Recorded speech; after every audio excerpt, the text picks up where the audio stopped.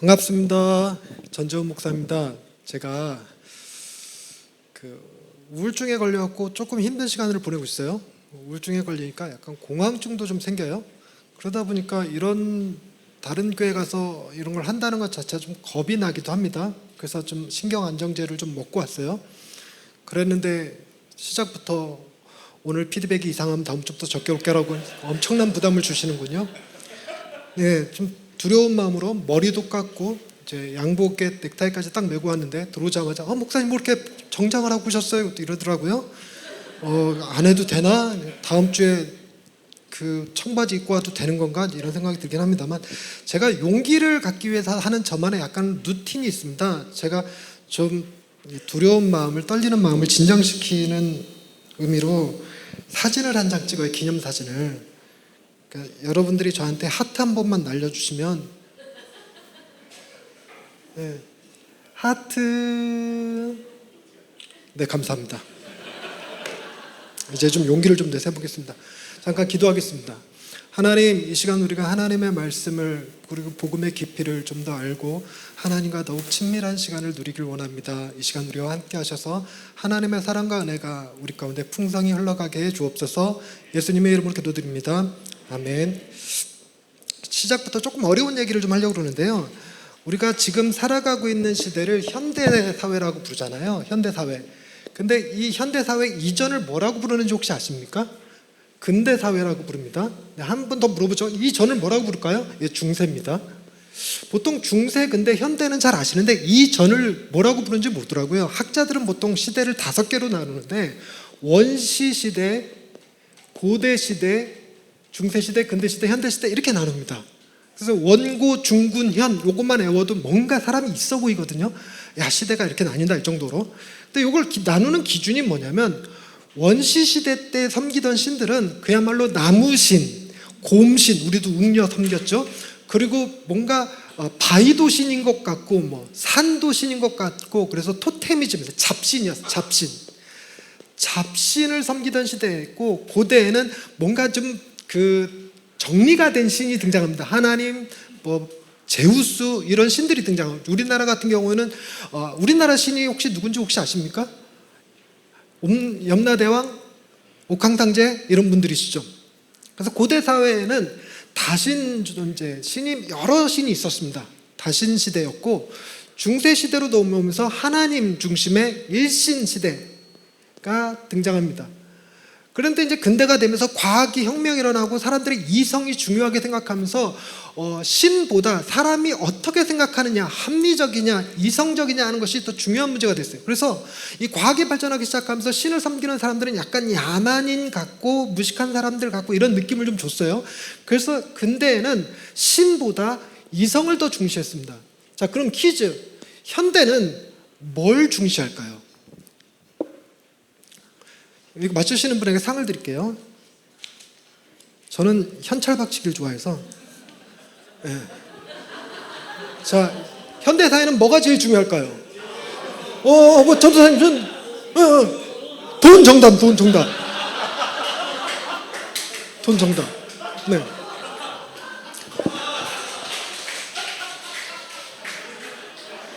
현대는 무조건 돈이죠. 근데 제가 지금 하려는 얘기는 이 원시시대, 고대시대는 좀 건너뛰고, 이게 이 시대는 학자들도 다 중세, 근대, 현대만 주로 다루더라고요.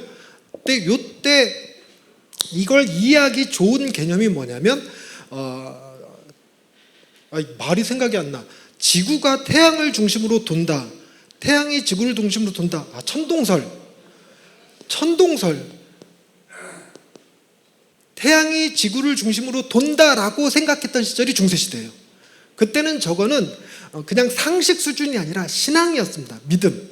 뭘로 알 수 있냐면, 갈릴레이가 지동설을 주장했거든요. 지구를 중심으로 태양이 돈다가 아니라 태양을 중심으로 지구를 돈다 그래갖고 갈릴레이를 재판을 했는데, 그 재판이 형사재판, 민사재판, 종교재판, 무슨 재판이었게요? 종교재판이었어요. 아시는군요. 그러니까 중세시대에는 천동설은 그냥 신앙에 가까웠습니다. 근데 근대에 들어오면서 지동설이 힘을 얻기 시작했어요. 이건 그냥 상식이고 이건 그냥 이게 진리에 가까운 거죠. 그러면 여러분, 현대는 천동설이 맞을까요? 지동설이 맞을까요? 여러분들은 천동설이 맞다고 생각하십니까? 지동설이 맞다고 생각하십니까? 자, 손을 한번 들어볼게요. 나는 천동설, 즉 지구를 중심으로 태양이 돈다고 믿는다. 아무도 없으시고, 나는 태양을 중심으로 지구가 돈다고 믿는다. 한번 손 들어주세요. 손 내려주세요. 그러니까 여기도 이성이에요. 그런데 여러분, 우리가 뭔가 지식을 결정할 때 기준이 세 가지가 있는데, 첫째, 내 눈에는 어떻게 보이는가? 이게 가장 기본적이거든요. 내 눈에는 어떻게 보는가? 여러분 눈에는 태양이 도는 걸로 보입니까? 지구가 도는 걸로 보입니까? 태양이 돌죠. 태양. 두 번째 방식은 다른 사람의 눈에는 어떻게 볼까? 남의 눈에, 옆에 있는 사람들 눈에는 태양이 도는 걸로 보인다고 얘기할까요? 지구가 도는 걸로 보인다고 얘기할까요? 태양. 그러면 세 번째는, 그러면 과거 기록에는 뭐라고 기록되어 있는가? 태양이 돈다고 기록되어 있나? 지구가 돈다고 기록되어 있나? 우리 성경에는 지구야 멈춰라 이러고 써 있습니까? 태양아 멈춰라 이러고 써 있습니까? 태양아 멈춰라. 기록도 천동설이에요. 그러면 이걸 기준으로 했을 때 지동설이 맞습니까? 천동설이 맞습니까? 천동설이 맞죠. 근데 지금 천동설이라고 쓰면 수능 떨어집니다. 대학 못 들어갑니다. 그래서 지금은 기준이 돈이기 때문에 지동설을 주장하는 게 돈이 될까, 천동설을 주장하는 게 돈이 될까에 따라서 달라져요. 여러분은 무조건 제가 여기서 뭐라 그러든 지동설을 지지하실 것입니다. 그것이 여러분의 불신앙이 됐든, 여기서 종교 재판을 딱 걸어갖고 천동설을 부인하는 사람들은 다 화형에 처한다고 할지라도 여러분들은 지동설, 그죠? 다 그럴 거예요, 분명히. 저도 그럴 것 같고.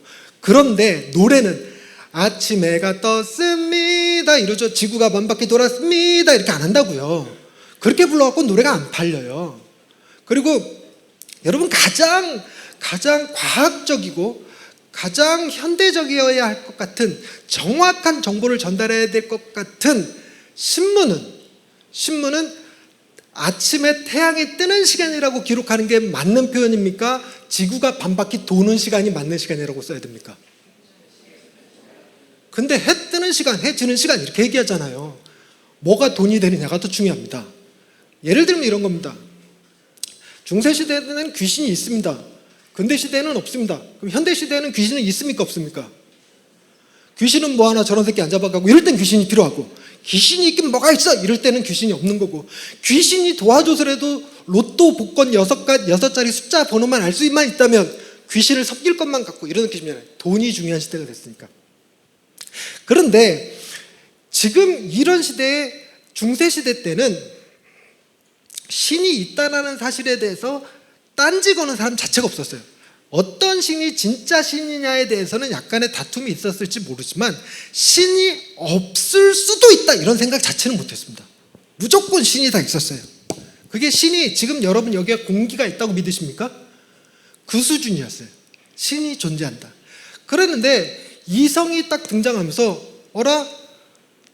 지구를 중심으로 태양이 도는 게 아니라 태양을 중심으로 지구가 도네? 자연이 일정한 법칙에 의해서 움직이네? 이런 것들을 생각하면서 신이 없을 수도 있다라는 생각이 시작됐어요. 그러면서 자연스럽게 무신론자라는 사람들이 등장했습니다. 무신론자들. 그랬는데 지금에 와서는 신이 있다고 주장하는 게 맞습니까? 없다고 주장하는 게 맞습니까? 상관없어요. 뭐가 돈이 되느냐가 더 중요합니다. 그래서 요즘은 신을 섬기는 데 있어서 가장 중요한 건 뭐냐면, 내가 신을 믿음으로 인해서 경제적인 혜택을 얼마나 누릴 수 있느냐, 자꾸만 거기다 포커스를 맞추다 보니까 약간 이렇게 교회를 나가도 하나님께서 내게 복을 주셨고 내가 부자 됐습니다 이런 고백이 많은 교회가 좋은 교회 같은 느낌인 거예요.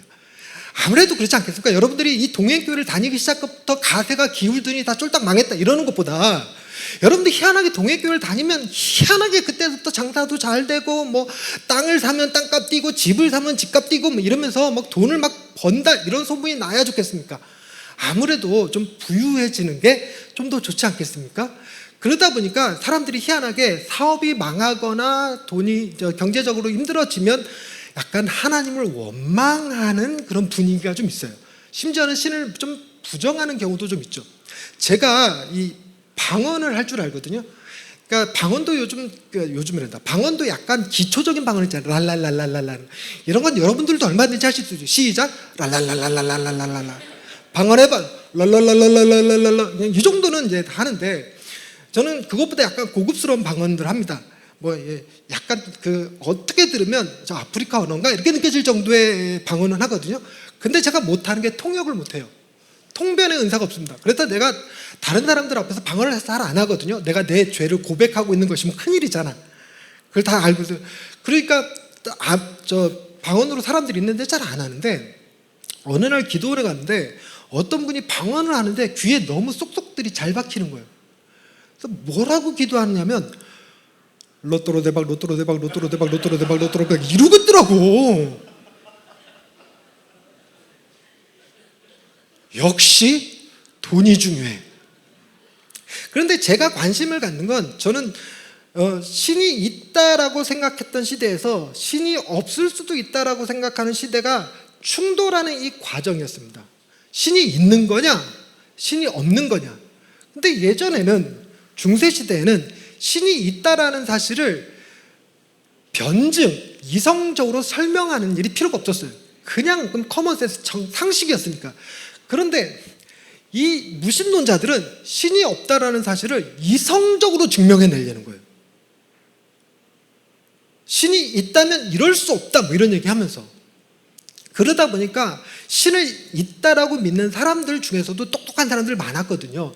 되게 철학자들은요 수학자들이 많았고 더불어 신학자들도 꽤 많았어요. 그러니까 그때서부터 무슨 일이 시작됐냐면 신이 있다라는 사실을 이성적으로 증명하려는 시도가 일어났습니다. 그래서 졸기 좋은 딱 좋은 주제 신 존재 증명이라는 것이 생겼습니다. 신 존재 증명. 그러니까 뒤에서 이거 잘 안 보이실 수 있어요. 그러니까 제가 글도 예쁘게 안 써요. 막 난리잖아요.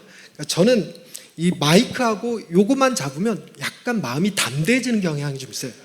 그러니까 칠판은 저의 마음의 담대함을 위해서 쓴다 이런 생각하시고 여러분 귀 기울여서 들으시면 될 거예요. TV가 보여주고 있구나. 얘가 잘 보여주고 있구나. 자, 신존재 증명 첫 번째 우주론적 증명이라는 것이 있습니다. 우주론적 증명. 무슨 증명? 우주론적 증명. 이게 뭔 말이냐면 자 하늘을 봐봐. 저 밤하늘의 묘성과 삼성을 봐봐. 저 아름다운 별들을 봐봐. 그러고도 너는 하나님이 없다라고 말하고 싶냐? 이런 개념이에요. 과학적으로는요 우주가 어떻게 시작됐죠? 빅뱅이라고 하는 한순간의 폭발로 시작됐습니다. 그런데 과학에서 아무것도 없는 상태에서 폭발이 일어나지 않습니다. 폭발이 일어나려면 반드시 폭발을 일으키는 어떤 힘 제1원인자라는 개념을 쓰는데 제1원인자가 필요해요. 그 제1원인자가 그게 하나님이라는 주장을 하자는 게 아니고 지금은 신이 있냐 없냐는 신존재니까 그 제1원인자가 있을 것이다. 그 제1원인자를 신이라고밖에 더 하겠느냐 하는 겁니다. 그게 우주론적 증명입니다. 근데 이제 빅뱅까지 가면 머리 아프니까 하늘을 봐봐. 그냥 멋진 자연을 보면 나도 모르게 우와 신이시여 이게 나오지 않냐. 여러분들 이런 거 나오지 않습니까? 우와 내가 찬양을 했는데 이 생각이 안 났어 순간적으로. 주 하나님 지으신 모든 세계 뭐 이렇게 저절로 나오잖아요. 그 다음에 두 번째 방법이 목적론적 증명이라는 게 있습니다. 무슨 증명? 목적론적 증명. 여러분 태양은 동쪽에서 떠서 서쪽으로 집니다. 이건 다 아시죠? 그렇다면 달은 동쪽에서 뜰까요? 서쪽에서 뜰까요? 자, 손을 한번 들어보시는 거예요. 달은 동쪽에서 뜬다. 네, 몇 분 안 계시고 아니다. 달은 서쪽에서 뜬다. 네, 몇 분 계시고 푸른 하늘 은하수 하얀 쪽배에 개수나무 한 나무 토끼 한 마리 돛대도 아니 달고 삿대도 없이 가기도 잘도 간다. 어디서 출발했게? 지구가 자전을 하잖아요, 이렇게. 그래서 지구를 중심으로 전체 모든 행성들은 동쪽에서 서쪽으로 움직입니다. 다. 근데 희한하게 왠지 달은 서쪽에서 뜰 수도 있을 것 같은 느낌인데 우리 딸도 서쪽에서 뜨지 않나? 뭐 이런 얘기 하던데. 대학생입니다. 근데 그러니까 태양과 달도요, 어떤 목적이라는 게 있답니다. 여러분, 우리가 1년이라는 계산을 할 때 1년은 동지에서부터 그 다음 동지까지를 1년이라고 불러요. 그러니까 동지는 하루 중 해가 제일 짧을 때예요. 해가 제일 짧을 때. 해가 제일 짧고 그 다음에 해가 조금씩 길어지니까 옛날 사람들이 다시 해가 살아나기 시작했다. 새로운 태양이 떠올랐다. 그래서 그거를 신년이라고 불렀던 거예요. 그래서 태양을 중심으로 1년의 계산이 나옵니다. 우리가 달도 음력이라고 해서 저 달에 차고 기우는 거에서 우리 보름에 만나, 금음에 만나, 초하루에 만나 이런 얘기 하잖아요. 그러니까 시간을 관장하게 됐습니다. 이거를 성경적으로 말하면 1월 성신이 시와 때를 구분시켜 준다고 얘기해요. 그리고 우리가 태양이 가지는 역할들은 과학적으로 설명하자면 밑도 꼽도 없이 많을 겁니다. 이런 목적 같은 것이 존재하는 거죠. 이 세상에 존재하는 것 중에 아무런 목적 없이 존재하는 건 없다고 합니다. 바퀴벌레는 왜 존재할까요? 에프킬라 만들어서 먹고 살으라고. 여러분들이 존재하는 목적은 무엇입니까? 당신은 사랑받기 위해 태어나서, 여러분들은 사랑받기 위해 태어난 존재들입니다. 그러니까 어떤 목적이 있다는 것은 그 목적을 부여한 자가 있지 않겠느냐는 겁니다. 그 목적을 부여하신 이를 우리는 뭐라고 불러야 될까? 신이라고 불러야 된다는 것입니다. 그리고 세 번째, 도덕론적 증명. 무슨 증명? 도덕론적 증명. 여러분, 인류 역사상 가장 착하다고 알려진 사람이 여러 사람이 있지만 이제 근대 현대에 들어서서 마태 아줌마, 많이들 아시죠? 마더 테레사라고 하시는 분인데, 이 마태 아줌마가 계시는데 마태 아줌마의 도덕 지수를 100점으로 두고 인류 역사상 가장 악한 인물이라고 불리우는 사람이 히시 아저씨, 히틀러. 그 독일에 갔더니 히틀러라는 말을 한국인들도 함부로 하면 안 된대요. 그래서 한국말을 못 알아도 히틀러는 알아들으니까. 그래서 독일에 갔더니 히틀러를 히지사님이라고 부르대. 근데 히틀러의 도덕 지수를 빵점 이러고 두면 이 중간에 한 50점 되겠죠? 50점. 여러분들의 도덕 지수는 50점보다 높은 마더 테레사 쪽입니까? 50점보다 낮은 히틀러 쪽입니까? 자, 한번 손을 드는 거예요. 스스로 판단하는 거예요. 나는 그래도 마더 테레사에 조금 같다. 여러분들이 뭐 도덕 지수가 100 이럴 건 아니고 51. 나는 51. 마더 테레사 쪽에 가깝다. 아니다. 나는 내가 나를 아는데 난 49. 히틀러에 가깝다. 한번 손을 들어볼게요. 나는 마태 아줌마에 가깝다. 손 내리시고 나는 희집사님한테 가깝다. 예, 손 내리세요. 제가 이걸 해보니까 많은 분들이 자기가 이렇게 악한 사람일수록 약간 남만큼만 하라고 해 뭐 이런 게 있더라고요. 그리고 착하신 분들일수록 신이 내 혼자 있을 때 하는 생각들을 보시면 나를 악하다고 하실 거야 이런 생각에 약간 착하신 분들이 희씨 쪽에 손들고 약간 고집 있으신 분들이 마태 쪽에 손들고 그러시더라고요. 목사님이 어디 쪽에 손들었는지 내가 못 봤네. 그런데 여러분, 마태 아줌마가 100점이라고 해서 마태 아줌마는 흠이 없을까요? 있겠죠, 당연히. 그래서 마태 아줌마보다 곱하기 100인 분이 계셔요. 도덕지수가 만점이신 분이 계세요. 만점. 이분이 고타마 히타르타, 고타마 시타르타 이렇게 쓰면 잘 모르죠? 두 글자로 뭐라고 그러게요? 그렇죠. 어떻게 그렇게 잘하세요? 대답을 꼬박꼬박 다 잘하시네. 와, 교수님이세요? 부처. 이 부처님이 도덕지수가 굉장히 높으신 분이라고 그럽니다. 그런데 우리는 부처님이 만점인 거는 인정하지만 그렇다고 해서 완벽하지는 않다고 얘기합니다. 완벽하지는 않다. 그럼 도대체 뭘 근거로 부처도 흠이 있다라고 말할 거냐? 이런 도덕지수를 말하려면 지고선 혹은 절대선이라고 불리우는 게 있어야 돼요. 그런 기준, 절대선. 이 지고선, 절대선을 뭐라고 부를 거냐? 이게 바로 신 아니겠느냐는 겁니다. 이게 도덕론적 증명입니다. 네 번째, 이쯤 되면 한번 테스트를 해보고 싶어요. 자, 신 존재 증명. 첫 번째, 두 번째, 목적론적. 세 번째, 도덕론적. 와, 안 졸리시군요. 졸리실 법도 한데. 네 번째, 잊어버렸어. 우주론적 증명, 목적론적 증명, 도덕론적 증명. 응? 존재론적 증명. 존재론적 증명. 왜 이 말이 갑자기 생각이 안 나가고. 여러분, 저는 엄마가 있을까요? 없을까요? 있죠? 보셨습니까? 안 보셨잖아요. 그래도 어머니가 계실 거란 말이죠. 어머니가 계시다는 얘기는 할머니가 계실까요? 안 계실까요? 뭐 저희 어머니도 돌아가셨고 할머니도 돌아가셨고 다 돌아가셨지만 그래도 계셔요. 할머니가 계시다는 얘기는 그 위에 할머니의 할머니, 그 할머니 쭉 올라가다 보면 원조 할머니가 계시겠죠. 그분이 보쌈을 만드는지 어쩌는지 모르지만 그 원조 할머니가 계실 거란 말이에요. 그럼 그 원조 할머니는 누가 만들었을까? 이게 존재론적 증명이에요. 원조 할머니를 계시게 만든 그분, 그걸 우리가 뭐라 부를까? 신이라고 부른다는 겁니다. 그게 존재론적 증명입니다. 다섯 번째, 언어학적 증명. 언어학적 증명. 여러분, 요거를 뭐라고 부르냐면 마이크라고 불러요. 마이크. 요거를 보드마카, 얘를 화이트보드. 그럼 한번 생각합시다.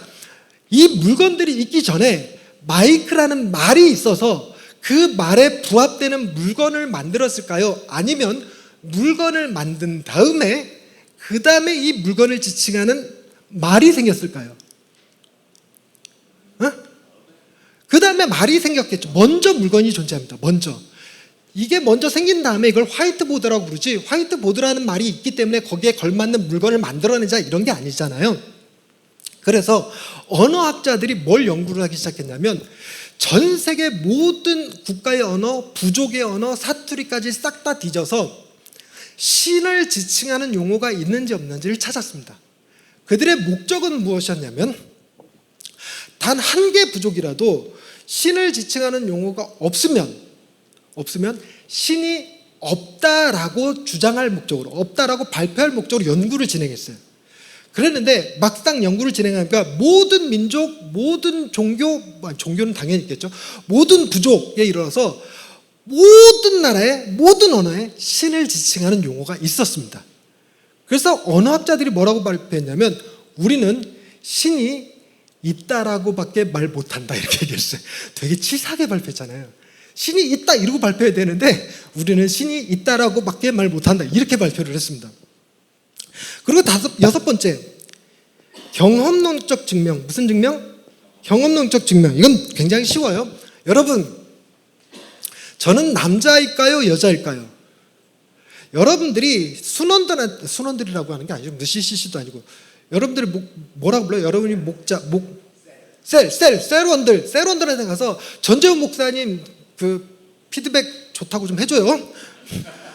전재훈 목사님 설교 너무 좋아, 강의 너무 좋아. 그런데 묻는 거예요. 전재훈 목사님 남자분이세요? 여자분이세요? 물으면 여러분 뭐라고 대답하실래요?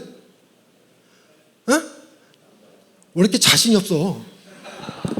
이상하네. 이게 여자면 난리 나지. 그러니까 그때 남자잖아요, 당연히. 근데 어떻게 하세요? 하고 물어보면 뭐라고 대답할 거예요? 내가 봤어. 이게 경험론적 증명이에요. 그러니까 세상에는요, 신을 경험했다는 사람들이 굉장히 많습니다. 실제로 학자들조차도 신을 경험하는 현상에 대해서 누미노제라는 말을 만들었어요. 누미노제. 이거는 인간이 살면서 신의 경험이라고밖에 설명 못하는 특이한 경험들, 그러니까 압도적인 경험을 하는 거, 이런 거를 누미노제 경험이라고 부르는데 이걸 신의 경험이라고 부릅니다. 그리고 실제로 우리가 성경을 학자들이 어떻게 정의를 내리냐면, 성경이란 하나님을 경험한 사람들의 기록이다, 이렇게 정의합니다. 뭐라고요?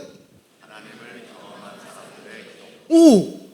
하나님을 경험한 사람들의 기록. 세상에는 신을 경험한 사람들이 무척이나 많습니다.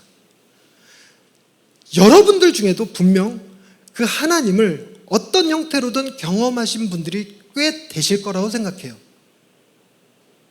그 사람을 신뢰할 수 있느냐는 또 다른 문제이긴 하겠지만, 그러니까 이렇게 신을 경험한 사람들에 의해서 신의 존재가 증명된다는 거죠.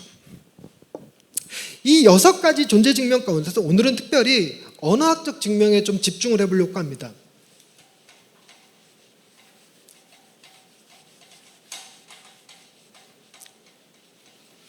우악! 제가 이 강의 경력이 제법 되거든요. 근데 오늘 처음 경험한 건 요거를 요쪽 끝으로 쭉 뽑아낸 건 처음 봤어.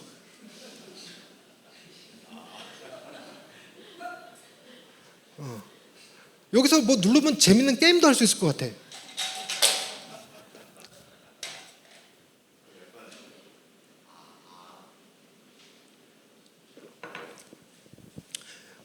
우리나라는 신을 뭐라고 불렀을까?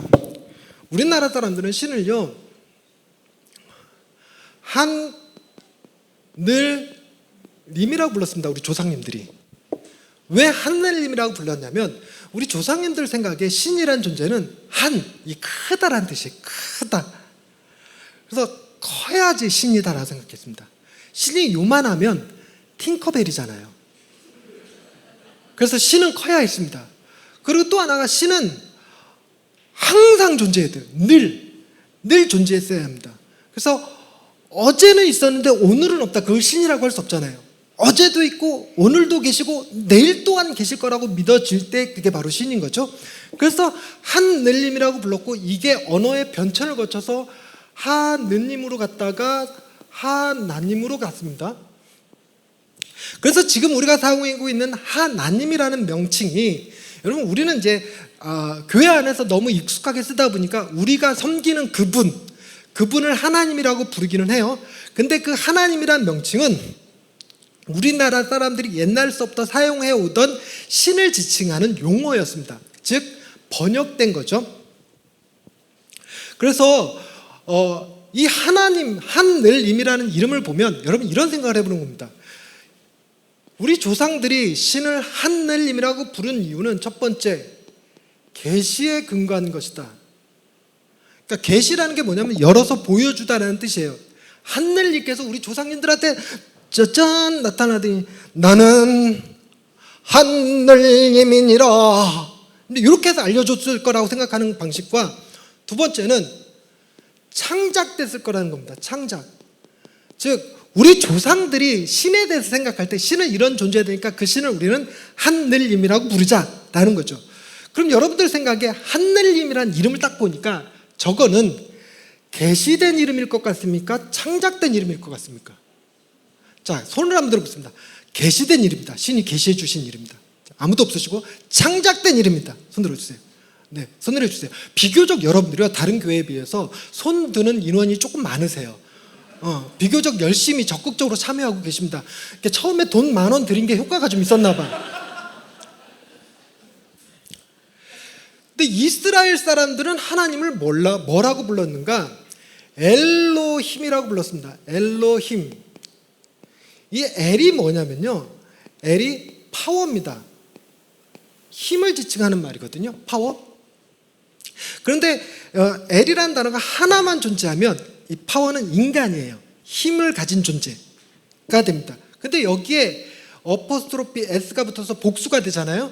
이름은 귀신이 됩니다. 그 힘이 무한정 뻗어나가는 걸 말하는 거예요. 무한정 뻗어나가는 걸. 그래서 우리도 그런 표현을 쓰죠. 여기서 저 부산까지 달리기로 갈 수 있는 사람을 우리가 뭐라고 부르냐면 달리기의 신 이러고 부른단 말이에요. 여기서 울릉도까지 헤엄쳐서 가면 수영의 신 이러고 부르죠. 여러분들도 여러분의 자녀가 신 되길 바라잖아요. 공부의 신, 공신 이러면서. 그런데 이 엘로힘은요, 이 파워의 장엄복수형이라고 불러요. 이거 좀 어려우니까 이거는 외울 필요 없는데, 복수가 한 번 더 붙은 걸 얘기합니다. 복수가 한 번 더 붙은 거. 그래서 힘이 무한정 뻗어져 나가는 걸 귀신이라고 부르고, 그 힘이 사방팔방 다 있는 존재, 즉 멀티플레이어가 되는 신을 엘로힘이라고 부른다는 겁니다. 그래서 우리나라는요, 이 멀티플레이어가 되질 않아요, 신들이. 그래서 산에 가면 산신령, 바다에 가면 용왕님, 포세이돈이라고 안 해서 좋다. 용왕님, 그리고 이건 많이들 알고 계시던데, 애 낳을 때는 삼신할매, 그리고 지옥을 관장하는 신은 염라대왕, 천국을 관장하는 신은 이분을 잘 모르시더라고, 사람들이. 옥황상제. 그래서 제가 궁금했어요. 왜 우리나라 사람들이 염라대왕은 잘 아는데 옥황상제를 잘 모르실까 하고 생각해 보니까, 여러분들은 만약에 우리나라 정서에 의하면 여러분들이 죽을 때 선녀가 데리러 올 것 같습니까? 저승사자가 데리러 올 것 같습니까? 다 우리나라 사람들은 저승사자가 온다고 생각해요. 그만큼 자기가 착하다고 생각을 잘 안 해. 그래서 서양 사람들은 심판하는 신을 좀 불편해 하거든요. 근데 동양에서는 심판하는 신이 더 신의 이미지에 적합해요. 그래갖고 절에 같은 데 가면 이 입구에 신이 사왕신 이런 거 있잖아요. 걔네들 다 어떻게 생겼냐면 겁나 무식하게 생겼고 겁나 무섭게 생겼어요. 제가 시력이 2.0이거든요. 근데 안경을 왜 쓰냐면요, 제가 어릴 적에 별명이 모범수였습니다. 얼굴이 험해갖고 사람들이 저를 무서워했어요. 그래서 어떤 목사님이 저한테 안경을 한번 써봐, 목사 얼굴이 그렇게 무서우면 안 돼, 그래갖고 안경을 사주신 거예요. 그때 제가 깨달았어요. 안경은 눈 나쁜 사람들만 쓰는 게 아니라 얼굴 나쁜 사람들도 쓰는 거구나, 이런 생각을 했죠. 여러분의 목사님이 설마 눈 나빠서 썼겠습니까? 그러니까 이제 얼굴 나쁜 사람들도 안경 쓰는 죠. 근데 저도 그 사왕신 앞에 가면 그렇게 순한 얼굴이야. 그러니까 내가 뭔 얘기하다 걸로 갔지? 그러니까 왜 우리나라 사람들은 이 염라대왕을 더 기억하고 옥황상제를 잘 기억하지 못할까 하는 얘기하다 거기 갔죠. 심판에 대해서는 우리는 좀 너그러운 편이에요. 그래서 심판하시는 하나님에 대해서는 크게 불편함을 못 느끼거든요. 드라마나 영화를 보면요, 무조건 죄다 사람 데리러 온, 죽은 사람 데리러 온 건 누가 와? 저승사자가 와. 우리가 부모님 돌아가시고 나면 우리가 7번 제사 지내잖아요. 그거를 뭐라고 부르죠? 49제. 49제가 7번의 제사를 드리는 거예요. 맨 마지막 제사를 누구한테 드리는 거냐면 염라대왕한테 드려요. 옥황상제한테 드리는 게 아니라 염라대왕한테 우리 어머니 아버지 잘 좀 봐달라고. 그 제사가 49제입니다. 그렇게 우리나라도 다 이렇게 전문화되어 있습니다. 신들이 지옥을 관장하는 신, 천국을 관장하는 신, 이런 식이죠. 근데 이스라엘 백성들이 하나님을 경험했는데, 그 하나님은 세상에 전쟁할 때도 하나님, 농사 지을 때도 하나님, 산에서도 하나님, 들에서도 하나님, 바다에서도 하나님, 결혼할 때도 하나님, 애 낳을 때도 하나님, 장례 치를 때도 하나님이신 거예요. 하나님이 모든 걸 다 하셔요. 그래서 그 하나님을 부를 때 장엄복수형을 써서 엘로힘이라고 불렀던 겁니다. 그러면 여러분 이렇게 한번 생각해 봅시다. 저 엘로힘은 하나님이 이스라엘 백성들한테 짜잔 나는 엘로힘이니라 라고 계시해 준 이름일까요? 아니면 이스라엘 백성들이 하나님을 경험하고 나서 그 하나님에 대하여 창작하여 지어붙인 이름이었을까요? 즉 계시였을까요? 창작이었을까요? 라고 묻는 겁니다. 많이들 헷갈리실 거예요. 첫 번째, 계시했다. 하나님이. 손 내려주세요. 창작했다. 헷갈리시죠? 정답은 창작입니다. 그래서 이게 계시된 이름이면요, 계시된 이름은 고유명사라고 그래서 번역을 안 합니다. 그러니까 제가 전재훈 목사이거든요. 전재훈 목사. 와, 근데 여담이지만 제가 어느 교회 집회하러 갔는데 주보에 전재훈 독사라고 써 있더라고요. 뭐지? 이러고 봤더니 이 미음이 이쪽 끝에가 희미해진 거야. 근데 이거를 복사기로 이렇게 막 돌리다 보니까 뒤에 나오는 주보는 아주 선명하게 전재훈 독사야. 어찌됐건 전재훈 목사. 이거를 영어로 번역할 때 외국에 나와서 제가 집회를 하면 전재훈 패스터로 바꿉니다. 전재훈 패스터. 이건 안 바꿔요. 요것만 바꿉니다. 요것만. 왜냐하면 요거는 고유명사, 내 이름. 요거는 보통명사. 보통명사는 번역하고 고유명사는 번역하지 않습니다.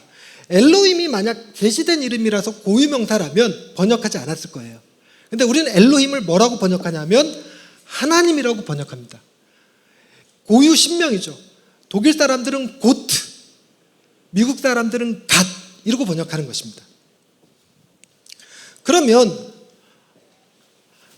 하나님의 이름은 무엇일까? 이 엘로힘은 저 패스터처럼 하나님의 직함 정도라고 보시면 돼요. 직함은 하나님, 엘로힘. 그러면 하나님의 이름은 무엇일까요? 여호와. 그래서 여호와는 하나님의 고유 명사이기 때문에 어느 나라도 번역하지 않습니다. 그냥 여호와라고 씁니다. 혹은 야훼, 발음에 따라서 좀 다르긴 하는데 야훼라고도 씁니다. 그래서 이 여호와는 하나님께서 친히 자신을 계시해서 알려준 이름이에요. 모세가 떨기나무 앞에 딱 섰어요.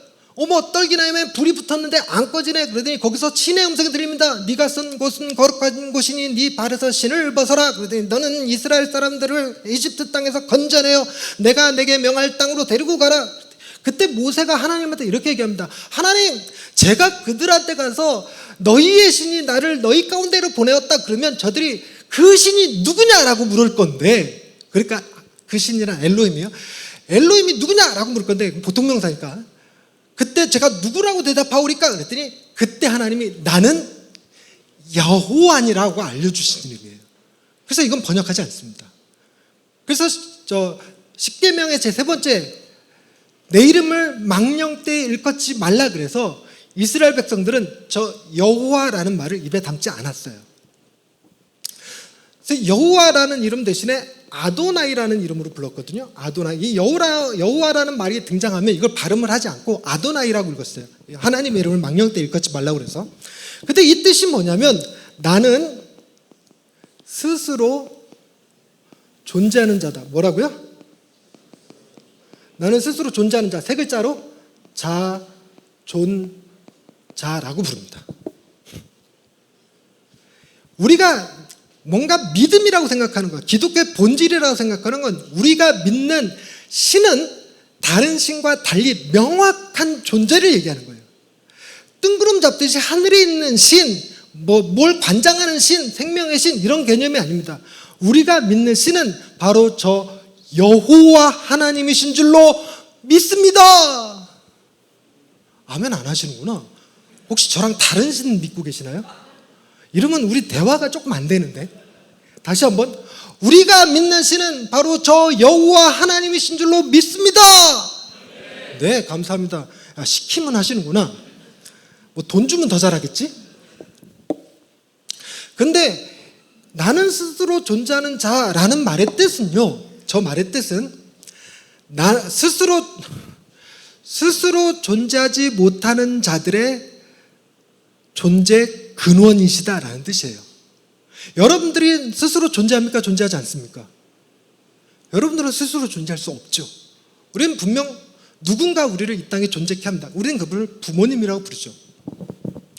우리는 더 나아가서 하나님이 우리의 존재 근원이라고 말합니다. 하나님이 우리를 창조하셨다고 믿죠. 우리는 원숭이에서 진화됐다고 생각 안 합니다. 우리의 신앙은 하나님께서 우리를 창조하셨다, 특별한 목적을 가지고 하나님의 뜻에 따라 우리를 창조하셨다고 믿습니다. 그래서 하나님은 우리의 존재 근원이 됐어요. 근데 존재 근원이 되는 그분도 누군가에 의해서 지음받은 존재면 신이 아니잖아요. 그래서 그분은 스스로 존재하셔야 됩니다. 하나님이 자신을 나는 스스로 존재하는 자다라고 말씀하신 거죠. 그래서 스스로 존재하는 자란 스스로 존재하지 못하는 자들의 존재 근원이다. 시작.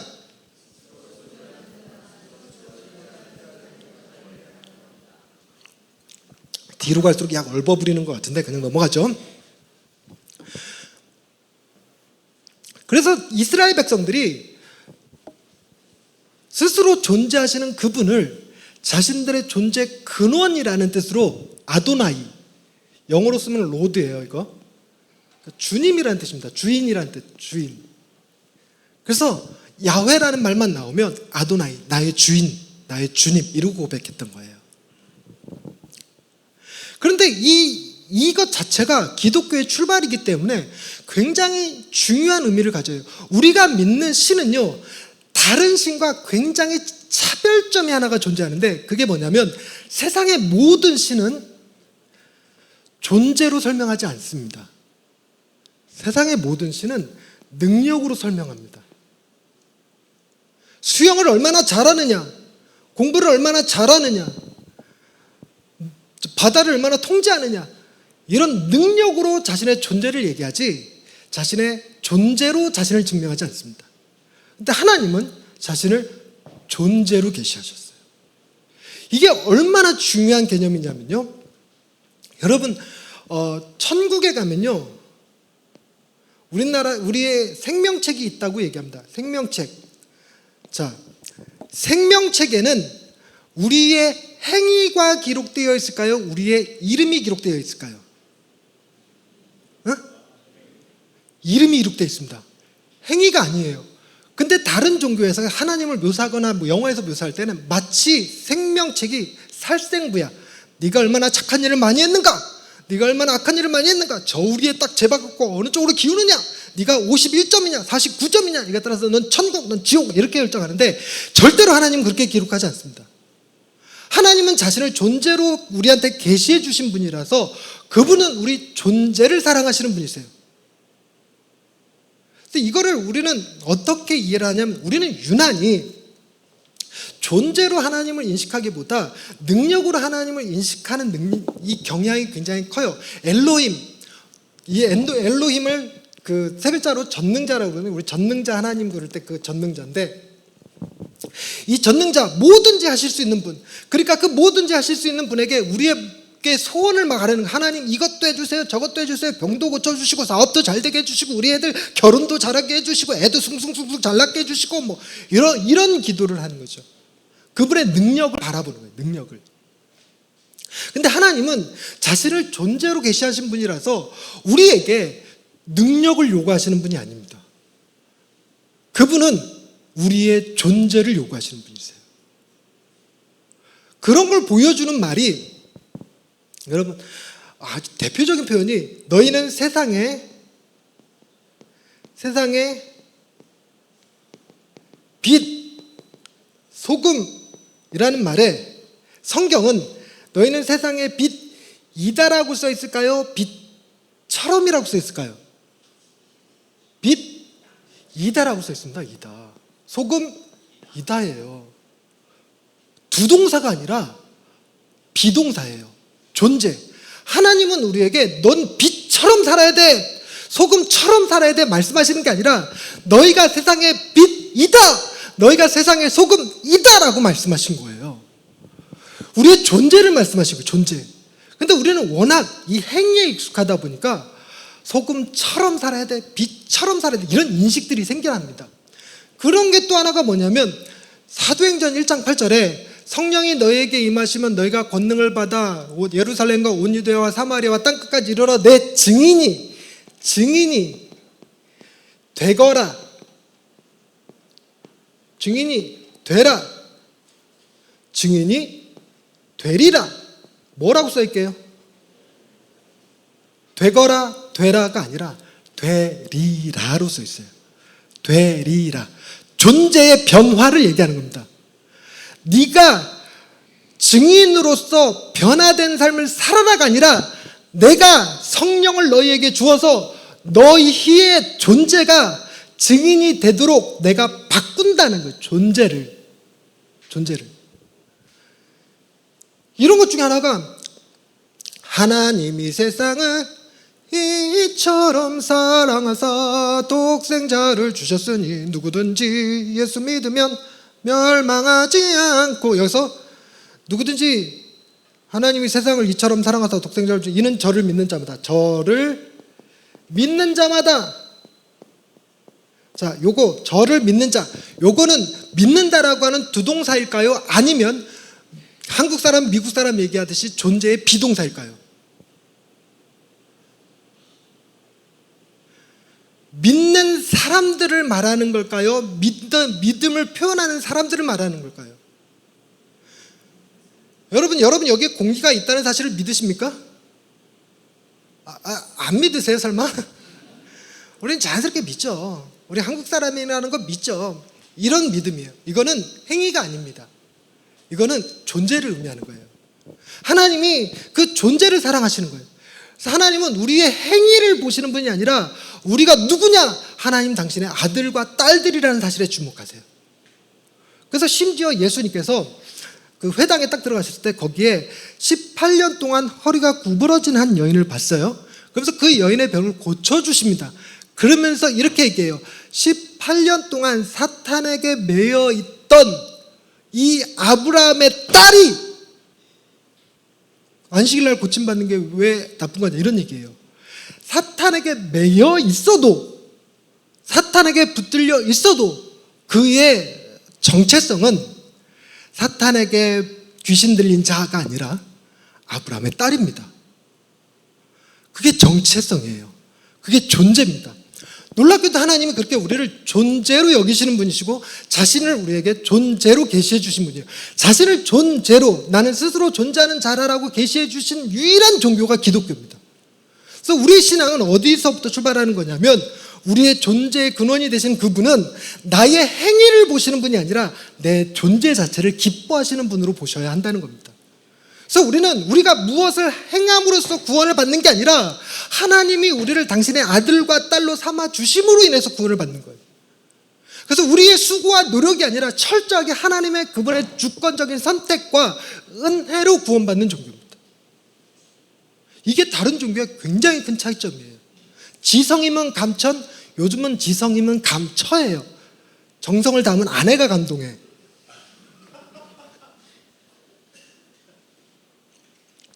하늘은 스스로 돕는 자를 돕는다? 그건 신앙도 아니고 종교도 아닙니다. 그건 인문학일 뿐이에요. 그래서 기본적으로 우리가 믿는 신은, 하나님은 자신을 야훼로 우리에게 계시하신 분이십니다.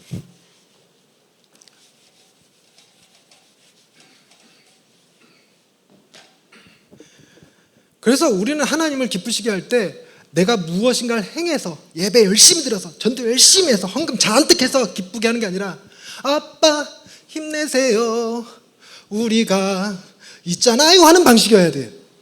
하나님 제가 여기 있습니다. 이게 하나님이 우리를 기뻐하셔요.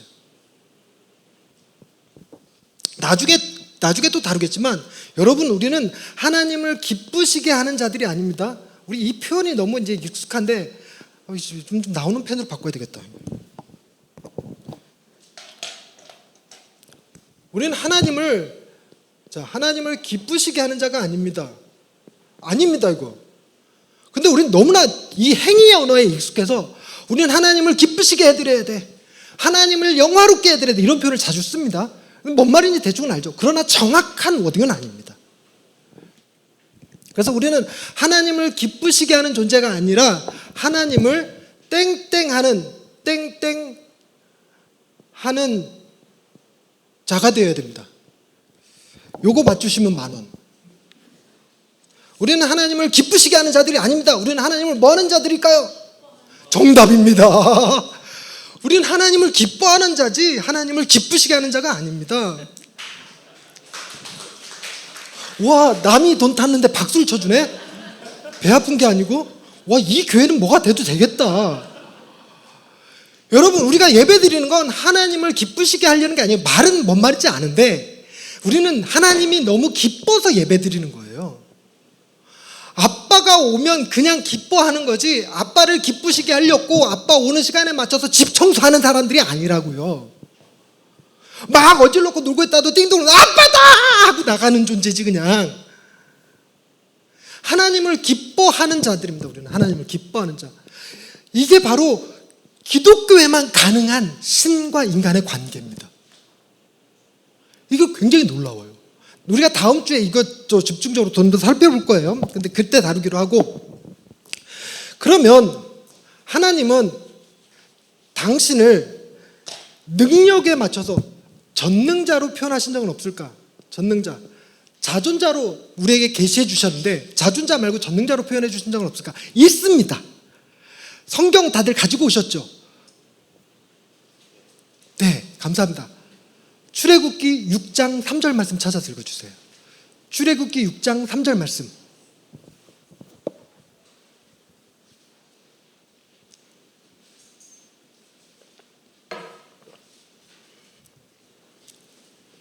네, 읽어주세요. 내가 아브라함과 이삭과 야곱에게 전능의 하나님으로 나타났으나. 네, 스톱. 여기서 전능이 등장하거든. 내가 아브라함과 이삭과 야곱에게 전능의 하나님으로 나타났으나 이때 그 전능자라는 표현을 계시용어로 표현합니다. 계시. 내가 그들에게 전능자로 계시했다 이 얘기거든요.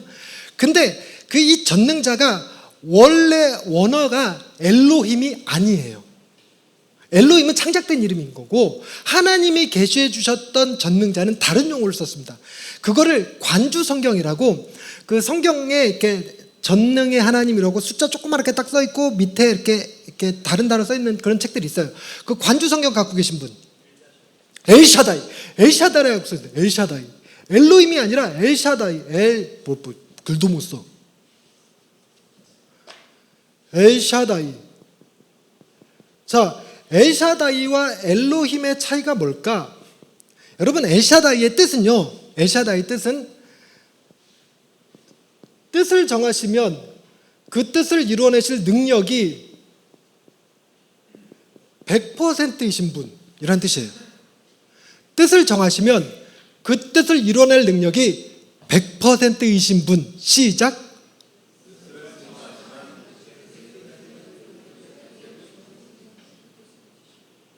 뜻을 정하시면 그 뜻을 이루어낼 능력이 100%이신 분. 시작.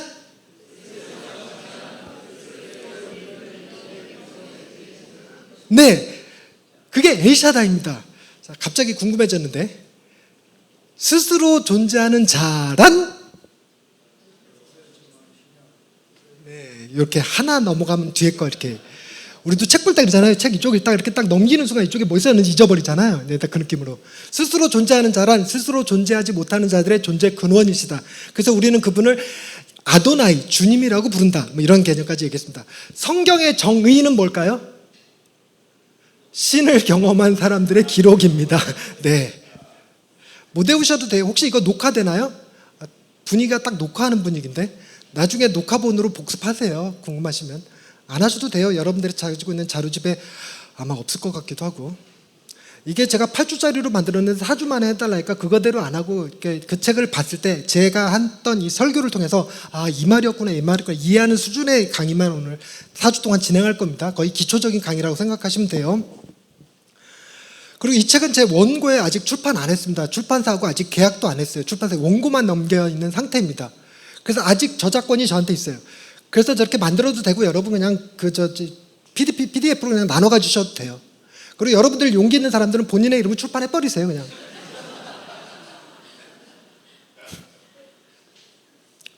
그런데 이 엘샤다이라는 것이요, 엘로힘하고 좀 다른데 엘로힘은 뭐든지 할 수 있는 지, 뭐든지 할 수 있는 자. 조금씩 다른데 엘샤다이는 뜻의 강조점이 빡 찍힌 거고 엘로힘은 능력의 강조점이 빡 찍힌 겁니다. 두 개가 달라요. 그래서 엘샤다이 하나님은 무엇이 중요하냐면 뜻이 중요해서 예수님께서 겟세마네 동산에서 하나님 하실 수 있거든 이 잔이 내게서 지나가게 하옵소서 그러나 나의 뜻대로 하지 마옵시고 아버지의 뜻대로 하옵소서 라고 말할 때 그 아버지가 바로 엘샤다이였던 거예요. 엘샤다이. 그래서 이게 약간 느낌이 어떤 거냐면 엘로힘은 주로 어디에 계실 것 같냐면 기도원에 계실 것 같아. 엘샤다이는 주로 수도원에 계실 것 같아. 약간 이런 느낌의 차이가 있습니다. 여러분, 엘로힘도 우리가 믿는 그 하나님이세요. 그 창작되었다고 해도 다른 신을 엘로힘이라 부른 게 아니라 그들이 경험하는 신을 엘로힘이라고 부른 거기 때문에 엘로힘이 딴 사람이 아니라 그냥 우리가 믿는 그 하나님입니다. 그러니까 엘로힘에게 기도하는 거 아무 문제 안 돼요. 그런데 제가 이제 목사니까 이걸 알고 나서부터 요거 엘샤다이는 계시된 이름, 엘로힘은 창작된 이름. 이러면 여러분 계시된 이름 붙들고 기도하고 싶으십니까? 창작된 이름 붙들고 기도하고 싶으십니까? 계시된 이름. 제가 그랬어요. 자존심이 상하는 거예요. 창작된 이름 붙들고 기도하기가. 그런데 기도할 때는요, 진짜 엘샤다이한테 기도하는 건 너무 불편해. 하나님, 저 좀 잘생기게 해주세요. 뭔 놈의 목사가 족복 같아갖고 되겠습니까?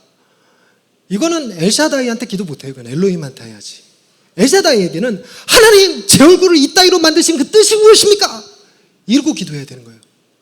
제가 이 하나님께 기도했다가 받은 응답 있잖아요.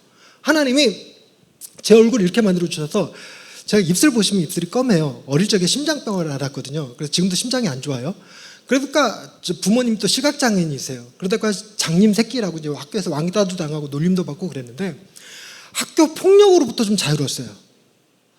생긴 게 무서웠거든. 어느 정도냐면 제가 교복을 입고 버스를 타면서 그 회수권을 냈더니 다 큰 어른이 교복 입고 장난친다 소리 들었어요. 제가 고등학교 2학년 겨울방학 때 금식 기도원에 들어가서 죽어라 막 기도한 적이 있었거든요. 그것도 맨 앞자리에 앉아갖고 그때 설교하셨던 목사님이 집사님은 무슨 가정에 무슨 문제가 있어 오셔서 저 아직 학생입니다. 그랬더니 졸업반이신가요? 네, 이제 고3 되니까 졸업반입니다. 그랬더니 어느 대학원이세요? 또 그래요. 근데 제가 굉장한 노안이에요. 노안이 이게 일정 나이 지나니까 동안으로 바뀌대. 그래서 지금은 늙었다 소리를 안 듣는데 어릴 적에는 굉장히 늙었다 소리를 정말 많이 들었어요. 그러니까 또 다른 장점이 뭐냐면요. 저는 목사입니다.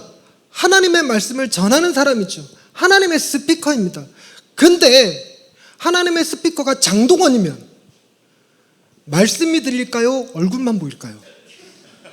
얼굴만 보여. 근데 저는 오리지널 말씀만 전달이 돼. 하나님의 정말 좋은 스피커로 만드셨더라고요. 할렐루야. 또 아멘이야. 나 못생겼다는 거 동의하십니까 지금? 강사 불러다가 이런 식으로 대접하게 해요 진짜.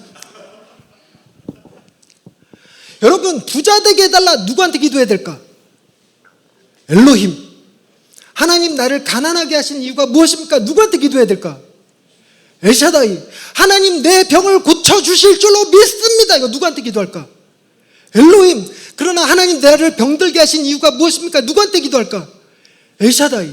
여러분 기도할 때 엘로힘에게 기도하시겠습니까? 엘샤다이에게 기도하시겠습니까? 상관없다고. 우리가 엘로힘에게 기도한다고 이단 그런 거 아니에요. 근데 진짜로 여러분 엘샤다이에게 기도하겠어요?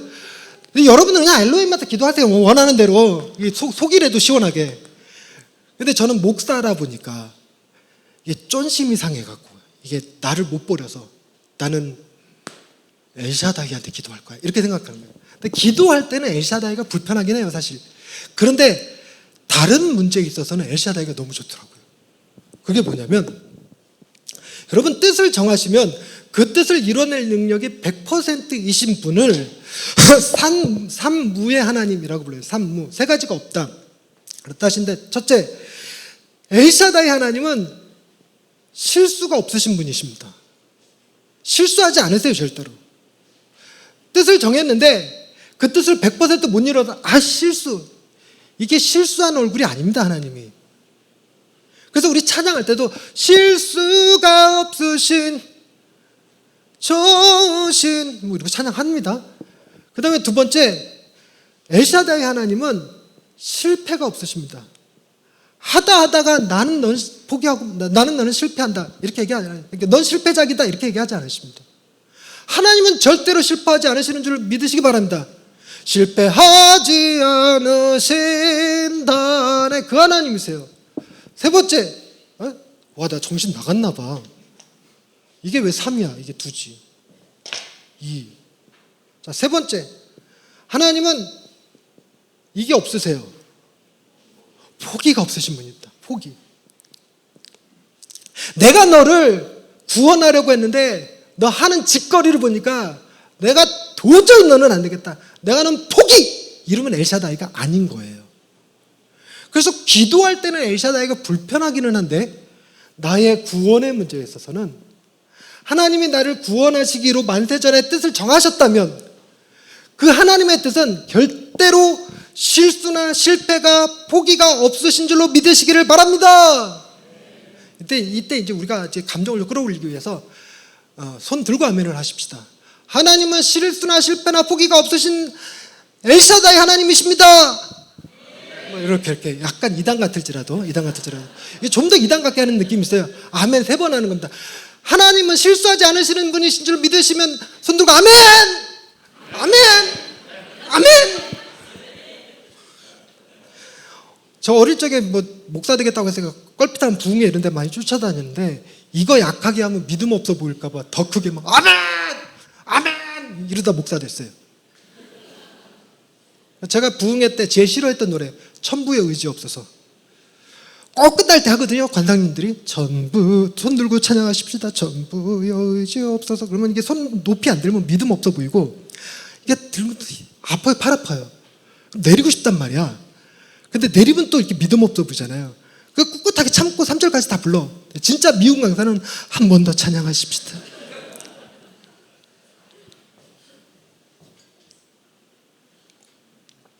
여러분 저게 얼마나 좋은지요. 저는 여러분들도 마찬가지지만 여러분 나이대쯤 되면 우리가 어린애도 아니고 여러분들도 다 경험 있으잖아요. 우리가 하나님 믿는 일에 실수한 적 왜 없겠어요? 우리가 하나님 믿는 일에 실패한 적 왜 없었습니까? 지금이라도 당장 포기하고 싶은 마음 들 때가 하루에도 뭐 12번씩 생길 때가 있잖아요. 정말 하나님이 계신지 의심스러울 때도 있고 하나님이 정말 왜 이러시는지 모르겠다고 원망스러울 때도 있죠. 우리는 하나님을 쉽게 포기할 수도 있고 실수할 수도 있고 실패할 수도 있습니다. 그러나 놀라운 건 우리를 구원하시는 그 하나님은 절대로 실수나 실패나 포기가 없으신 엘샤다이 하나님이라는 사실이 나로 하여금 얼마나 큰 안정감과 평안함을 주는지 말도 못한다니까요. 여러분을 구원하시기로 뜻을 정하신 하나님은 절대로 포기하지 않으신 줄을 믿으시기 바랍니다. 두 손 들었습니다. 많은 줬다 진짜.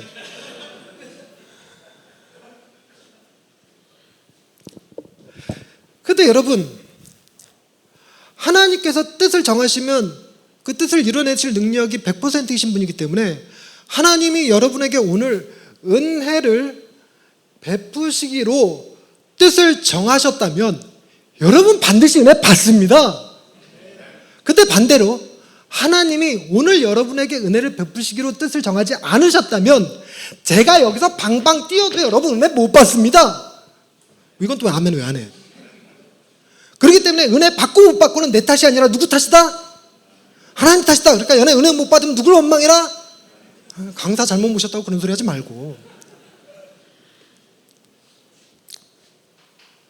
근데 저기 이걸 엘샤다이 하나님 묵상하다 기가 막히다고 느낀 게 여러분 하나님이 자기 목숨을 걸고 뜻을 정하셨다면 그냥 뜻만 정해도 그 능력, 그 뜻을 이룰 능력이 100%이신 분께서 자신의 목숨을 걸었다면 그 뜻은 실수나 실패나 포기가 있을까요? 없을까요? 없어요. 여러분 이 느낌을 좀 이해하셔야 돼요. 지금 그냥 뜻만 정하셔도 100% 이루실 능력이라서 엘샤다이신데 뭔가 어떤 뜻을 정하시고 자신의 목숨까지 그 뜻을 이루시려고 자신의 목숨까지 거셨다면 그 뜻은 절대로 실수나 실패나 포기가 없으세요. 그럴 수 없습니다. 말도 안 되는 소리예요. 우리들도 웬만하면 자기 목숨 걸고 하는 일은 대부분 다 합니다. 목숨을 안 걸어서 그렇지. 근데 만약에 자신의 목숨이 아니라 자식의 목숨을 걸었다면, 자식의 목숨을 걸고 행하신 일에 실수나 실패나 포기가 있을 수 있을까요? 없을까요? 분명하게 신앙의 고백으로 답하시기 바랍니다. 하나님께서 자식의 목숨을 걸고 행하신 일에는 실수나 실패나 포기가 있을 수 있을까요? 없을까요? 없습니다. 없습니다. 그게 우리가 믿는 엘샤다이 하나님이세요. 존재로 자신을 증명하시는 분, 뜻을 정하시면 그 뜻을 이뤄내시는 분이십니다. 엘샤다이 하나님이세요. 근데 그분이 자식의 목숨을 걸고 이루고자 하셨던 그 뜻이 무엇일까? 로마서 5장 8절을 한번 찾아서 읽어보세요. 다 같이 읽어볼게요. 로마서 5장 8절 말씀.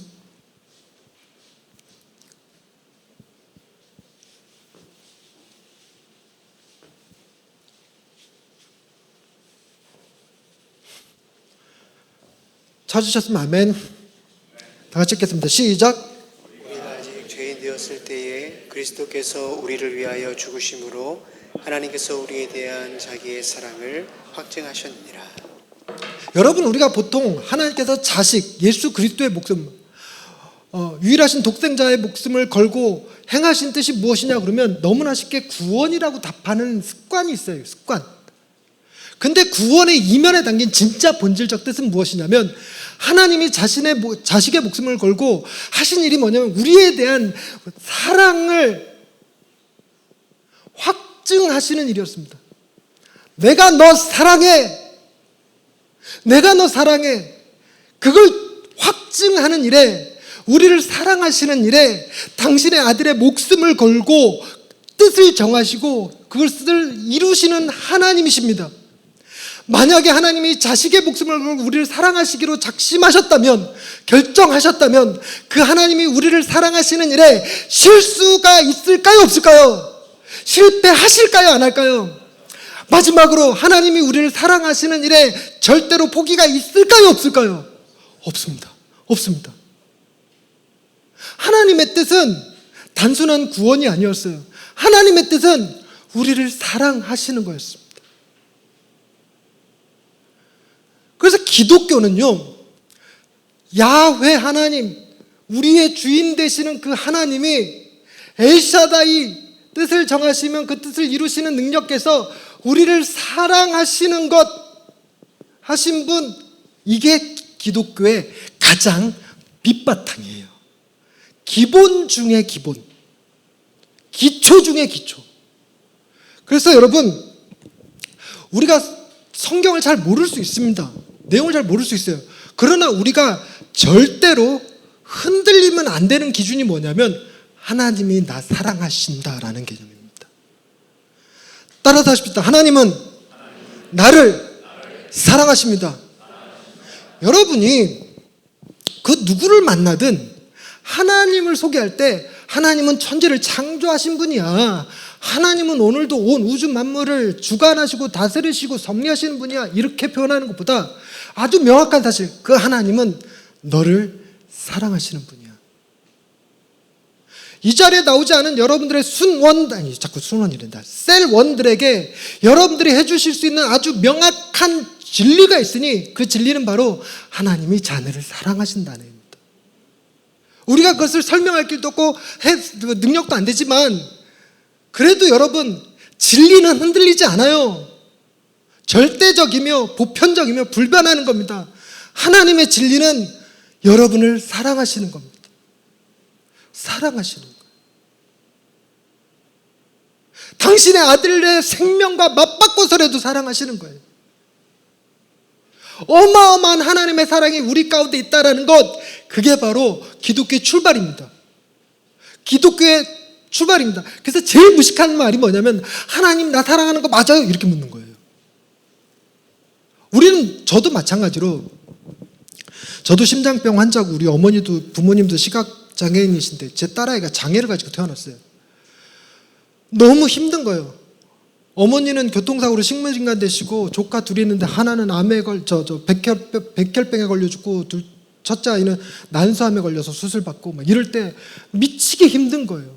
그때 이렇게 치밀어 오르는 거 있죠. 하나님 정말 도대체 내게 왜 이러십니까? 하나님 나 사랑하는 거 맞나요? 이런 질문이 저절로 튀어나오죠.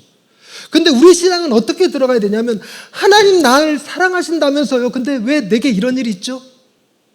하나님의 사랑은 의심하면 안 됩니다. 하나님의 사랑은 명확하고 그게 우리의 기준이고 우리의 출발선이에요. 하나님 나 사랑하시는데 이게 무슨 의미지를 찾아야지요.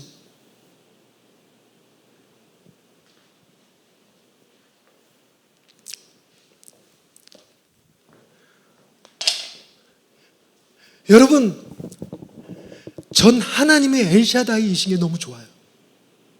저는 하나님을 사랑하는 일에 실패 여러 번 해봤어요. 중간에 포기하고 신학교도 때려치고 교회도 안 나가던 시절이 있었습니다. 어머니 교통사고 나서 식물등가 되셨을 때 그 서울에 부모님 맹인교회 다닐 때인데 가다가 교통사고가 나서 그렇게 됐거든요. 놀러 가다 사고 났으면 회개했을 텐데 어머니는 성가대원이었고 저는 주일학교 교사였고 저희 형은 교회 차량 운전 봉사자였어. 이렇게 먼저 아버지 뒤에 버스 교회 차 타고 오시고 먼저 타고 가다 빗길에 미끄러지면서 어머니가 누워 계시고 그래서 받쳤고 어머니가 식물인가 되셨어요. 그러니까 진짜 하나님이 미워도 너무 미워졌어요. 그래서 저는 하나님을 사랑하지 않았습니다. 원망했습니다. 근데 이게 단순한 저의 고백만 아니잖아요. 여러분들도 한 번씩 다 그런 경험들 있지 않으신가요? 여러분들이 탕자의 경험 있지 않으신가요? 한 번쯤 하나님 떠났다가 천부의 의지 없어서 이러고 손들고 나오신 경험들이 있지 않으신가요?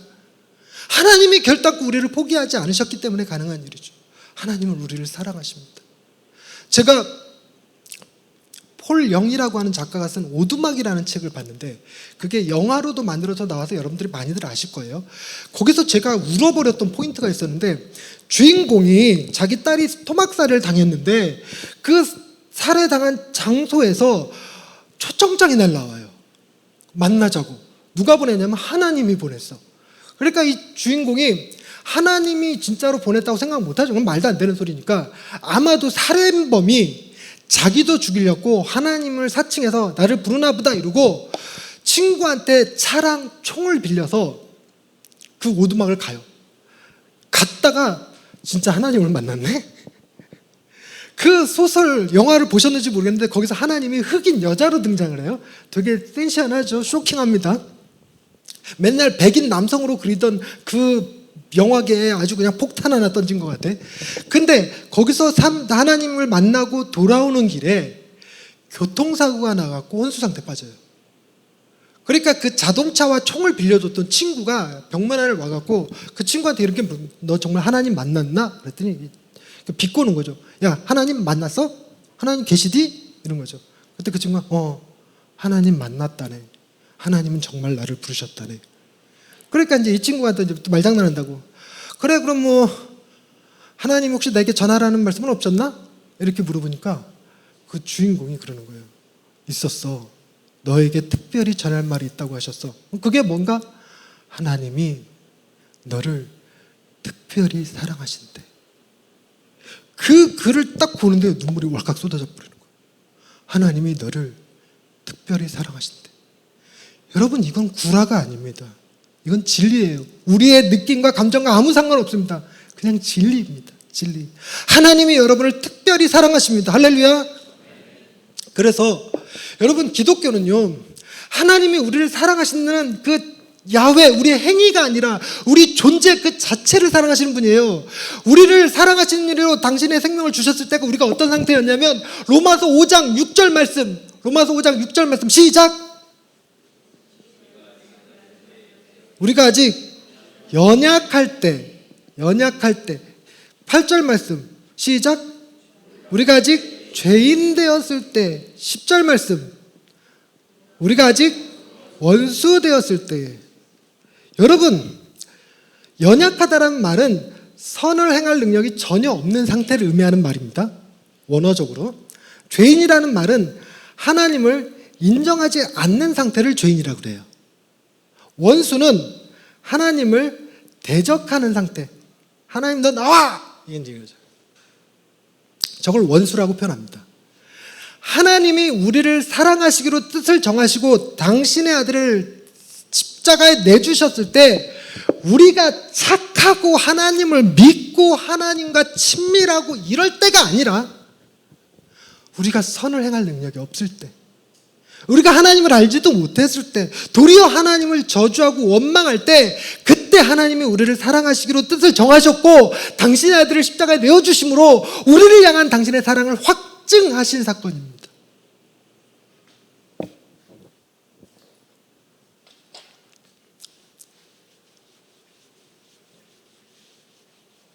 자, 그래서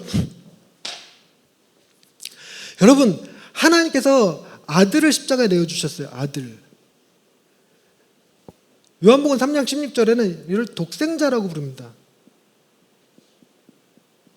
그런데 여러분, 하나님이 아버지고 예수님이 아들이라고 하는 개념은요, 진짜로 하나님이 먼저 계셨고 예수님이 나중에 태어나신 분이다, 이런 뜻이 아니에요.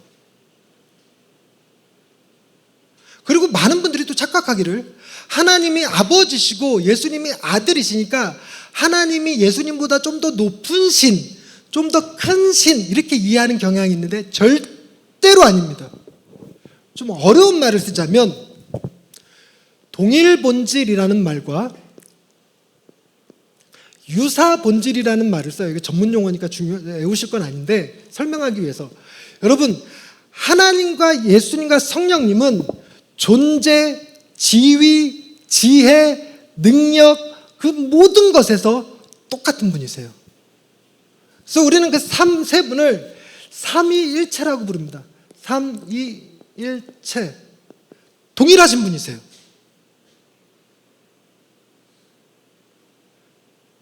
여러분, 그런데 저는 어릴 적에 그런 생각했거든요. 하나님이 예수님을 십자가에 내줬어. 그래서 예수님이 십자가에 죽으셨어. 십자가에 내준 아빠의 고통이 클까? 십자가에서 실제로 죽은 아들 예수님의 고통이 더 클까? 이렇게 생각했을 때 옛날에는요, 아들의 고통이 더 크다고 생각해요. 실제로 죽었으니까. 근데 아빠가 되고 나니까 내가 못하겠는 게, 내가 다른 사람을 위해서 대신 죽어줄지언정 절대로 그 누구에게 내 아들을 죽게 내어주지는 않을 겁니다. 절대로 있을 수 없는 얘기예요. 아들을 십자가에 내어주시는 아버지의 고통이 더 클 것만 같은 거였죠. 성령님은 그 예수님을 십자가의 길로 인도하셨거든요. 십자가의 길로 인도하시는 성령님의 고통은 작았을까요? 절대로 그렇지 않죠. 그래서 유사 본질이 아니라 동일 본질이라는 개념에서 존재, 지혜, 능력에 있어서 세 분이 똑같지만 고통에 있어서 똑같은 분이세요. 동일하게 고통당하신 분이십니다. 근데 그거를 유사 본질, 비슷한 분이야 라고 말하는 순간 이단입니다. 유사 본질 주장했다 이단 정죄받은 사람들이 역사에 꽤 많이 나와요. 그렇기 때문에 아들이라는 표현은 우리가 사용하는 언어로 하나님 당신의 뜻을 전달하기 위한 도구입니다. 도구.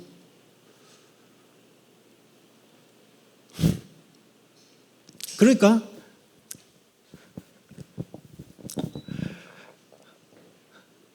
앞집에 사는 애가 심장병이 걸렸어. 내가 그 아이를 너무나 사랑해갖고 제 심장을 기증해줘요. 그럼 사람들이 저를 훌륭하다고 하겠죠. 근데 우리 집 식구들은 뭐라 그럴까? 아빠가 미쳤다고 하겠지. 훌륭하다고 안 할 겁니다.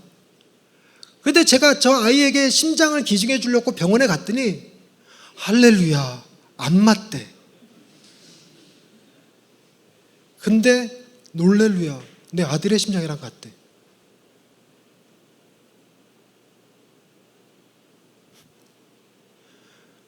여러분, 그래갖고 내가 내 아들의 심장을 꺼내서 앞집 아이에게 줬다면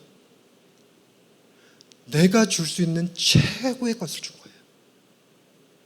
하나님께서 세상을 이처럼 사랑하사 독생자를 주셨다라고 말할 땐 인간이 가진 언어가 사랑을 담아내는 용어로서 가장 큰 게 독생자입니다. 아들의 개념을 넘어서서 하나뿐인 아들, 독생자입니다. 그러니 여러분 한번 생각해 봅시다. 하나님의 사랑이 큰데 그 사랑을 담아낼 수 있는 인간의 언어가 독생자라고 표현한 것은 하나님의 사랑을 온전히 다 담아낸 말일까요? 아닐까요? 아니라고 믿으시는 분들만 한번 손 살짝 들어보세요. 예, 그보다 훨씬 클 것 같지 않습니까? 저는요, 인간이 가진 그 언어의 한계상 독생자인 거지 그보다 훨씬 클 거라고 생각해요. 어느 정도냐면 하나님이 우리에게 주실 수 있는 사랑 중에 이거보다 더 큰 사랑은 없다는 겁니다. 이거보다 더 큰 사랑은 없다는 거예요. 하나님의 가장 큰 사랑, 이거를 어메이징 러브라고 안 합니다. 크레이지 러브라고 해요. 미친 사랑이에요. 미친 사랑. 내가 내 아들의 생명을 앞집 아이한테 주면 사람들이 나더러 미쳤다 그러지 훌륭하다고 안 해요. 절대로. 근데 가장 큰 사랑을 우리가 언제 받았냐면 가장 형편없을 때,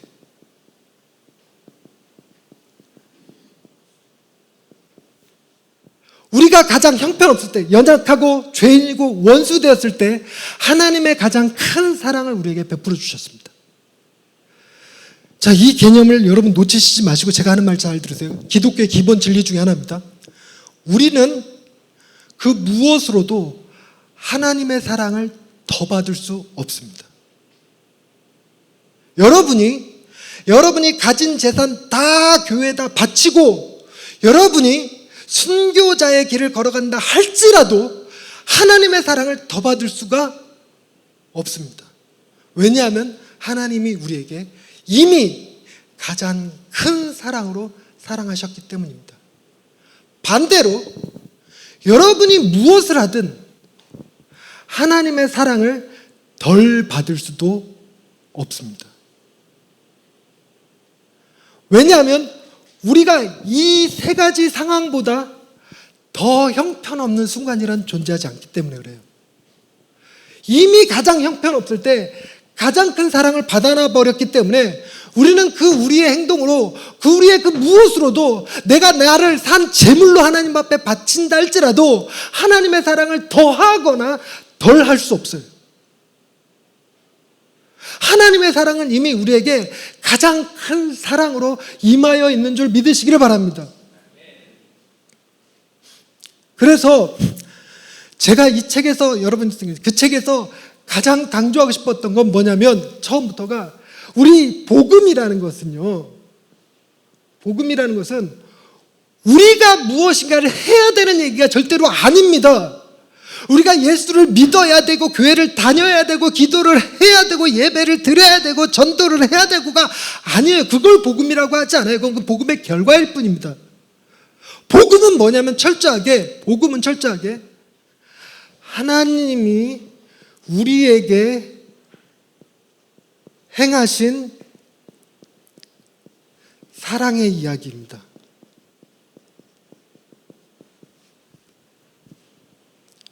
복음은 철저하게 하나님께서 먼저 우리에게 행하신 사랑의 이야기예요.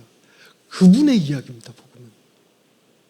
그러니 복음은 우리더러 무엇을 하라고 얘기하는 권면 그런 게 절대 아니에요. 예수 잘 믿어야 돼, 기도 잘해야 돼, 그런 개념이 아닙니다. 복음은요, 철저하게 우리가 악할 때, 우리가 죄인 되었을 때 그런 우리를 너무너무 사랑하셔서 당신의 아들을 십자가에 내어주셨던 하나님의 사랑의 이야기예요. 하나님의 사랑의 이야기. 그러니 우리의 행위와 관련된 게 아니라 우리의 존재 그 자체를 사랑하신 이야기예요. 그러면 우리는 하나님께 뭘 해야 됩니까? 자, 우리는 하나님께 뭐 해야 됩니까? 이거 답을 아까 한번 했습니다. 그걸로 누구는 돈 10,000원도 받았어요. 우리는 저런 분을 기뻐하는 거예요. 나를 사랑하셨다고? 나를 그토록 사랑하셨다고? 여러분, 말 같지 않은 소리처럼 들릴지 몰라도 진실인데 하나님이 지금 앞에 나와 있는 저 전 목사만큼이나 나를 사랑하신다고? 하나님이 우리 교회 굉장히 하나님의 복을 많이 받은 것 같아 보이는 저 집사님만큼이나 나를 사랑하신다고? 그게 바로 복음이에요.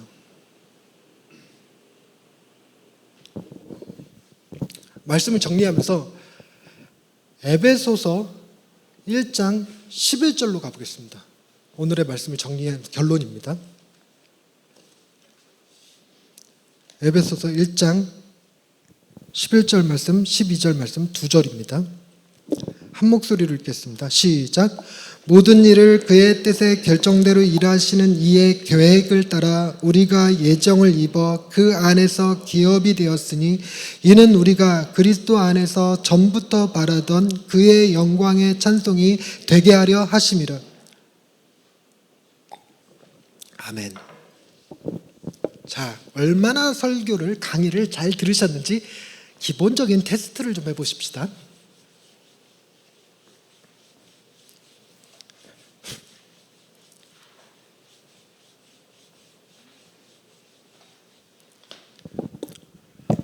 모든 일을 자기 뜻의 결정대로 일하시는 이를 네 글자로 뭐라고 그러게요? 정답! 엘샤다이예요. 신약 성경에 등장한, 아마 여기가 유일할 것 같아요. 여기만 등장하는 것 같은데, 엘샤다이를 신명으로 쓴 유일한 본문이거든요. 엘샤다이.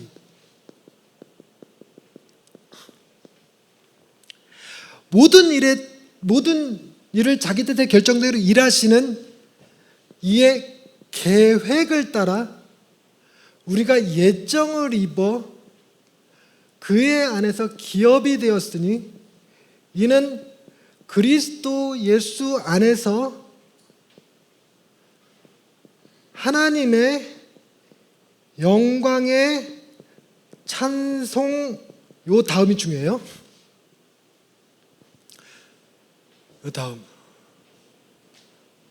자,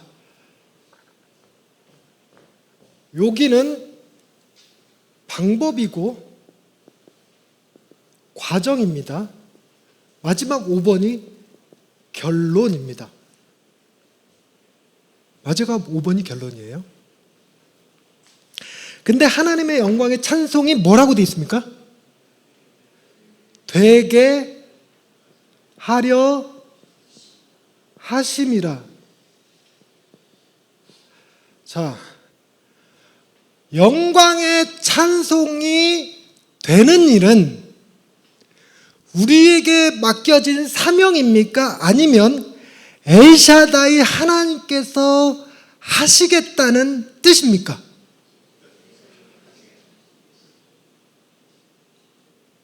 자, 다시 한번, 이게 결론이니까 굉장히 중요한 거예요. 우리 이거 잘못 읽으면 우리가 뭐 빛이 되라, 소금이 되라처럼 빛처럼 소금처럼 이렇게 변질돼요. 이거 잘못 들으면. 잘 들으셔야 돼요. 다. 하나님의 영광의 찬송이 되게 하는 일은 우리의 책임입니까? 하나님의 책임입니까? 하나님의 책임이세요. 근데 그 하나님이 어떤 분이냐면 바울이 영광의 찬송이 되게 하신다 하면서 사용했던 신명이 모든 일을 자기 뜻의 결정대로 일하시는 이 한 번 뜻을 정하시면 그 뜻을 이루는 능력이 100%이신 분께서 그 뜻을 이루시는 하나님은 실수도 실패도 포기도 없으신 그분이 마지막 우리를 어떤 존재가 되게 하실 거냐면 그분의 능력과 그분의 지혜와 그분의 힘으로 우리를 하나님의 영광의 찬송이 되게 하실 것입니다. 하나님이 여러분들을 하나님의 영광의 찬송이 되게 하시는 그 일에 하나님은 실수할까요? 하나님은 실패하실까요? 하나님은 포기하실까요? 아니요. 하나님이 당신의 아들까지 거셨는데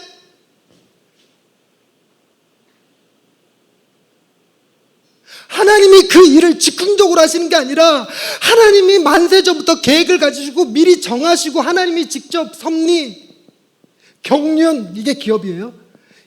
이 일을 이끄는 자, 하나님이 친히 일하셔서 그리스도 예수 안에서 당신의 아들의 목숨을 걸고 행하신 그 일에서 우리는 여러분이 믿거나 말거나 여러분이 공감하거나 말거나 여러분이 느껴지거나 말거나 여러분들은 반드시 하나님의 영광의 찬송이 되십니다. 그게 우리의 결론이에요. 출발은 뭐였습니까? 출발은 하나님이 나 사랑하신대. 그 결과 우리는 끝이 무엇입니까? 우리는 하나님의 영광의 찬송이야.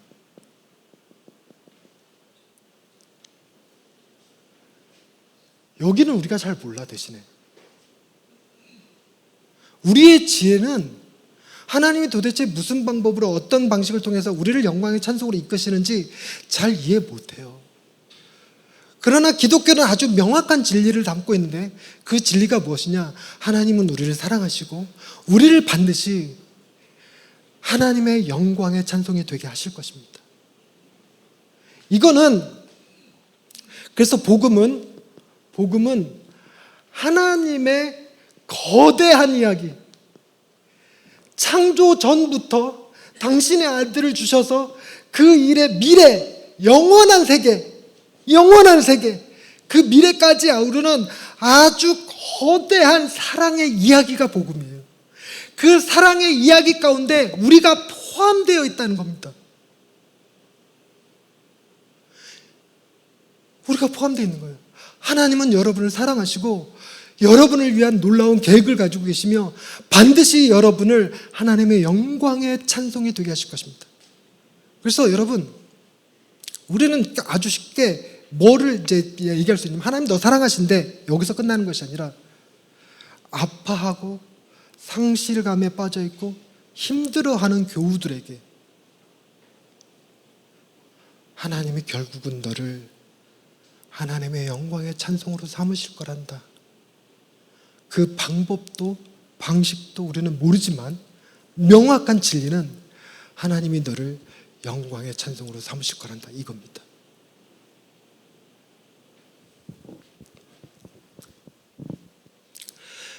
하나님이 우리를 사랑하셔서 우리를 하나님의 영광의 찬송으로 쓰시는 일에 하나님의 좋은 도구가 있어요. 우리는 그 도구가 힘들어. 하나님이 우리를 사랑하셔서 하나님의 영광의 찬송이 되게 하시는 일에 하나님이 쓰시는 다양한 도구들 가운데 가장 좋은 도구를 맞춰주시는 분에게 10,000원. 누가 정답 말했어요 지금? 누구였어? 손 들고. 뭐라고 하셨죠? 정답입니다.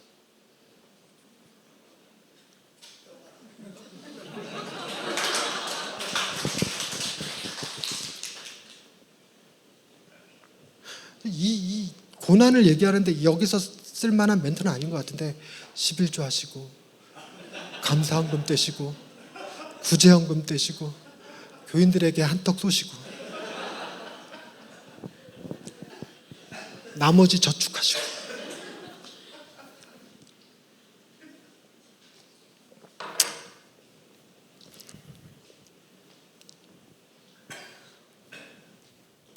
뭐 물수건이 없구나.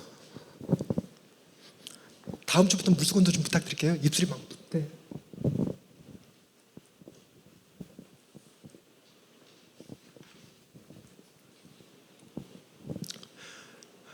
우리가 이해 못하는 건 하나님이 나 사랑하지 않는다는 게 아니에요. 우리가 모르는 게 하나님의 영광이 찬송이 될 거라는 게 그걸 모르는 게 아니에요. 알겠는데 지금의 내 삶의 고난이 해석되지 않는 거예요.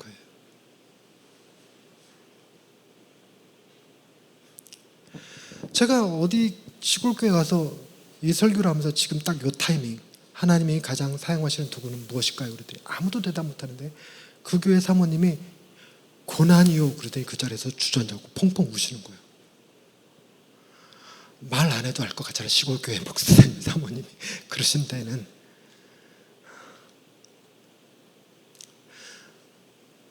저도 부모님이 시각장애인이시다 보니까 굉장히 가난하게 살았어요. 그래서 껌파리 생활도 했었습니다. 학교에서 왕따도 당하고 심장병이 있어서 친구들이랑 어울리지도 못했어요. 그런데 제가 결혼을 하고 아기를 낳았는데 아기가 장애를 가지고 태어났네. 그 아이 치료비가 한 달에 100만 원이 넘게 들어가는 거예요. 개척교회 목사인데 감당이 안 되는 거예요. 뭐 어머니 교통사고 났을 때도 하나님을 떠났었는데 이런 고통의 상황들이 닥치면 정말 어떻게 못하겠는 거예요. 신앙이 그냥 확 떨어져 버리는 거죠. 도저히 내가 마음이 너무 무너져서 항상 기뻐하십시오. 쉬지 말고 기도하십시오. 범사에 감사하십시오. 이런 말이 안 나와요. 너희 염려를 주께 맡기라 이런 말이 안 나옵니다. 그러니까 마치 내 딸이 병이 낫든지 아니면 내가 목회를 그만두든지 둘 중에 하나를 해야지 너무 딜레마가 느껴져갖고 못 살겠는 거예요. 어머니 시각장애인 내가 심장병 환자인데 우리 딸이 장애를 가지고 타니까 가게에 흐르는 저주를 내가 못 끄는 사람 마냥 그렇게 느껴지는 거예요. 내가 뭔가 잘못해서 내 딸아이까지 고통당하는 것 같은 그런 죄책감까지 느껴지더라고요. 그래서 하나님 앞에 정말 죽기 살기로 매달렸습니다. 처가살이 하느라고 금식은 못하고 절식, 밥을 줄였어요. 10kg가 살이 빠지고 살만 빠지면 좋겠는데 위궤양이 걸렸어요. 위가 다 망가져버렸어요. 하도 울어갖고. 근데 그때 하나님을 너무 원망할 때인데 하나님 내 딸의 병을 고쳐주든지 나로 하여금 목회를 그만두게 하든지 둘 중에 하나만 하시자고 이러고 막 매달릴 때 내 마음과 머리가 싸워대요. 머리는 네가 그러고도 목사냐? 이러고 묻고 있고 내 마음은 그래도 나는 하나님이 원망스럽다 했어요. 근데 그때 저 찬양 중에 제게 위로가 됐던 찬양이 있었습니다. 아바 아버지라는 찬양이었거든요. 아바 아버지 아바 아버지 나를 안으시고 바라보시는 아바 아버지 하는 찬양이에요.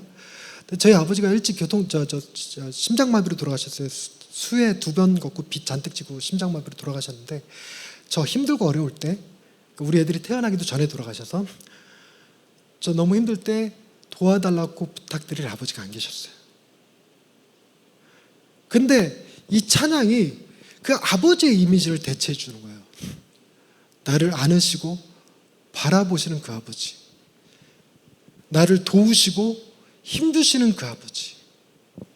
근데 그 다음 가사가 주는 내 마음을 고치시고 이래요. 하나님을 향한 원망의 마음이 이렇게 큰데 왜 내게 이러시냐고. 이 마음이 이렇게 큰데 그 내 마음을 고쳐주시고 볼 수 없는 상처 만지시네. 제가 개척교회 목사인데 전도를 못해요. 전도할 때마다 이 트라우마 걸려요. 껌파리 하던 때 트라우마가. 내가 무슨 삐끼도 아니고 이거 전도지 버려주고 밟히고 막 승질이 나서 못하겠더라고.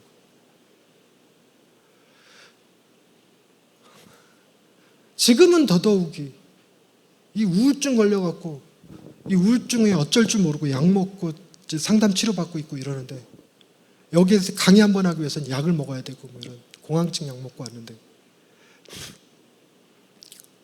근데 내가 볼 수 없는 상처를 만진다는 말이 예전에는 치료하신다는 의미로 이해했어요. 근데 그 찬양 부를 때는 주님이 그 상처난 모습 그대로 너를 인정하신다는 말로 들리는 거예요. 인정하신다. 그 다음 가사가 저를 막 무너지게 만드는데 나를 아시고 나를 이해하시네. 여기에 무너졌어요. 마치 뭐라고 들리냐면 내가 너 안다. 너라면 울 수 있고 너라면 원망할 수 있고 너라면 나를 불평할 수 있단다. 내가 너 이해한단다. 이러고 말씀하시는 것 같은 거예요. 와, 그 찬양이 저를 살리더라고요. 그 찬양이 저에게 막 꽂히니까 아주 간땡이 부은 사람처럼 더 하나님께 원망하고 더 하나님께 불평하고 그런다고 해서 하나님의 사랑이 나를 떠날 것도 아니고 하나님의 사랑이 줄어들 것도 아니고 하나님이 나를 여전히 영광의 찬송으로 삼으실 것일 테니까 내가 이해 안 되는 건 지금의 고통이니까 이 고난 가운데 하나님이 나를 아신다는 것, 나를 이해하신다는 것, 너 왜 그러냐고 밀쳐내는 게 아니라 나를 품으시고 나를 바라보시고 나를 도우시고 힘주시는 그 하나님이 내 영혼 새롭게 세우시네 한다는 겁니다. 저는 오늘 이 찬양으로 여러분들에게 도전하려고 그래요. 여러분들이 그동안 알고 있었던 복음의 신학 물론 틀린 거 아닙니다. 지금 제가 얘기하는 건 기초를 말하는 거예요. 기초. 우리는 고난에 대해서 다양한 방식의 신학적 접근이 필요합니다. 앞으로도 다룰 겁니다. 그러나 지금은 고난이 여러분 이해되지 않더라도 그 고난 가운데 힘들지라도 그래서 하나님을 원망하고 불평할지라도 여러분 하나님은 여러분을 아시고 하나님은 여러분을 이해하시며 지금도 하나님은 여러분을 품고 계신다는 사실을 믿으시길 바랍니다. 우리 그 하나님께 찬양하며 나아가십시다. 그리고 하나님께 함께 기도하십시다. 만약 하나님의 품이 오늘의 삶에 필요하신 분들이라면 일어서서 같이 찬양하십시다.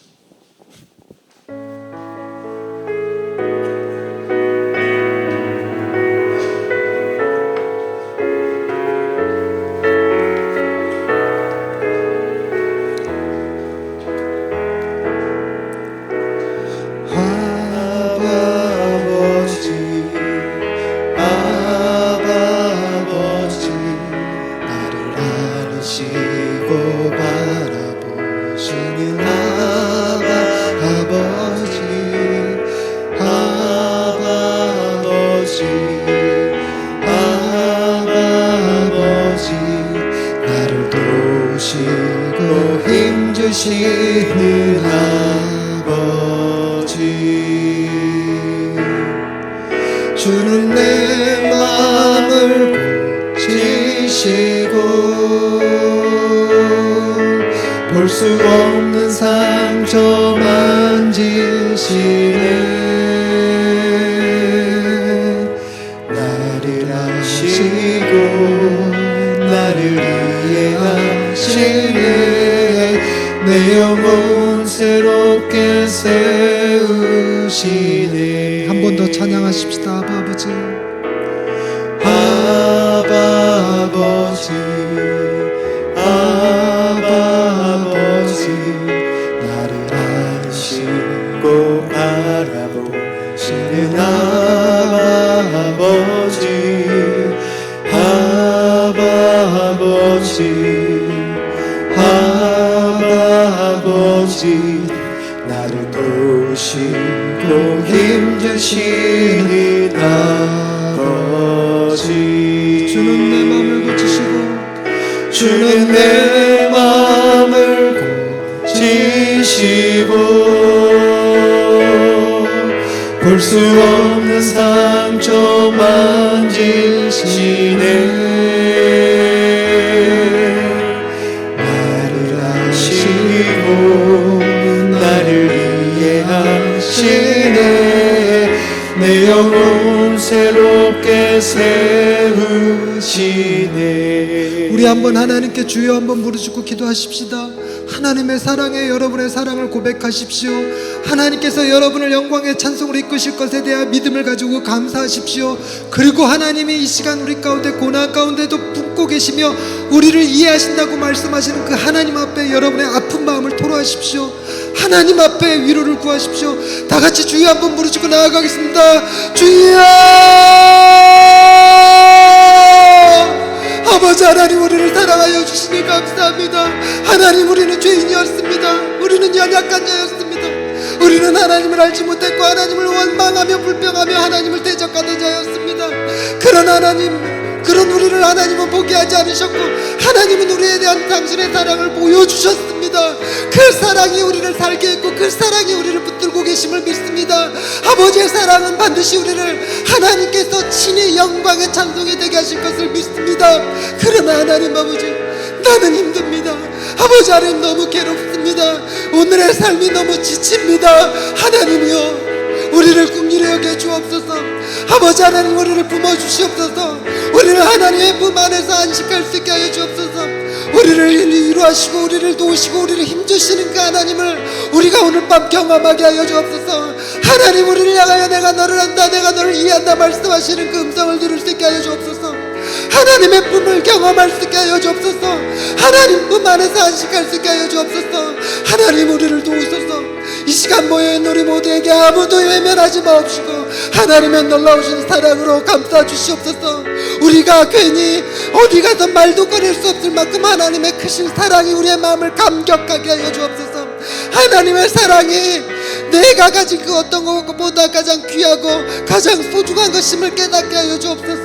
그 하나님의 사랑이 있기 때문에 내가 오늘도 숨쉬며 살아가는 것임을 고백할 수 있게 하여 주옵소서. 하나님의 사랑에 감사합니다. 하나님의 능하신 손에 감사하나이다. 아버지 하나님 지금 이 고난의 길에도 하나님은 여전히 우리를 품에 안고 함께 가시는 분이심을 믿습니다. 우리가 잊어버릴 때 우리가 놓칠 때 그 품을 다시 한번 회복하게 하여 주옵소서. 하나님 우리는 하나님께서 우리를 사랑하신다는 이야기를 너무나 많이 들었음에도 불구하고 우리가 처한 삶의 자리가 너무 어려워서 내가 받은 상처가 너무 커서 내 안에 잃어버린 것들 내 안에 무너졌던 것들로 인해 과연 하나님이 나 사랑하시는지 의심할 때가 너무나 많았습니다. 비록 엘샤다이 하나님께서 당신의 아들을 십자가에 내어주시면서까지 우리에게 대한 당신의 사랑을 확증하셨다 할지라도 우리는 내 발등, 내 손밑에 있는 가시 때문에 더 괴롭습니다. 우리의 연약함을 주님 긍휼히 여겨 주옵소서. 우리가 지치고 힘들어할 때 여전히 하나님 나 사랑하신다는 사실이 생각나게 하시고 하나님이 이런 고통의 길을 통과해서 결국에는 나를 하나님의 영광의 찬송에 되게 하실 것을 믿음으로 바라볼 수 있게 해 주옵소서. 그것이 우리의 오늘의 고난을 견디는 힘이 되게 해 주옵소서. 세상 사람들이 알지 못하는 기쁨을 가지게 하여 주옵시고 세상 사람들이 이해할 수 없는 소망을 품게 해 주옵소서. 그 믿음이 결코 우리의 삶이 흔들리지 않게 붙잡아 줄 수 있는 하나님의 능하신 손이 되게 해 주옵소서. 주님께 간절히 간구하며 예수님의 이름으로 기도드립니다. 아멘.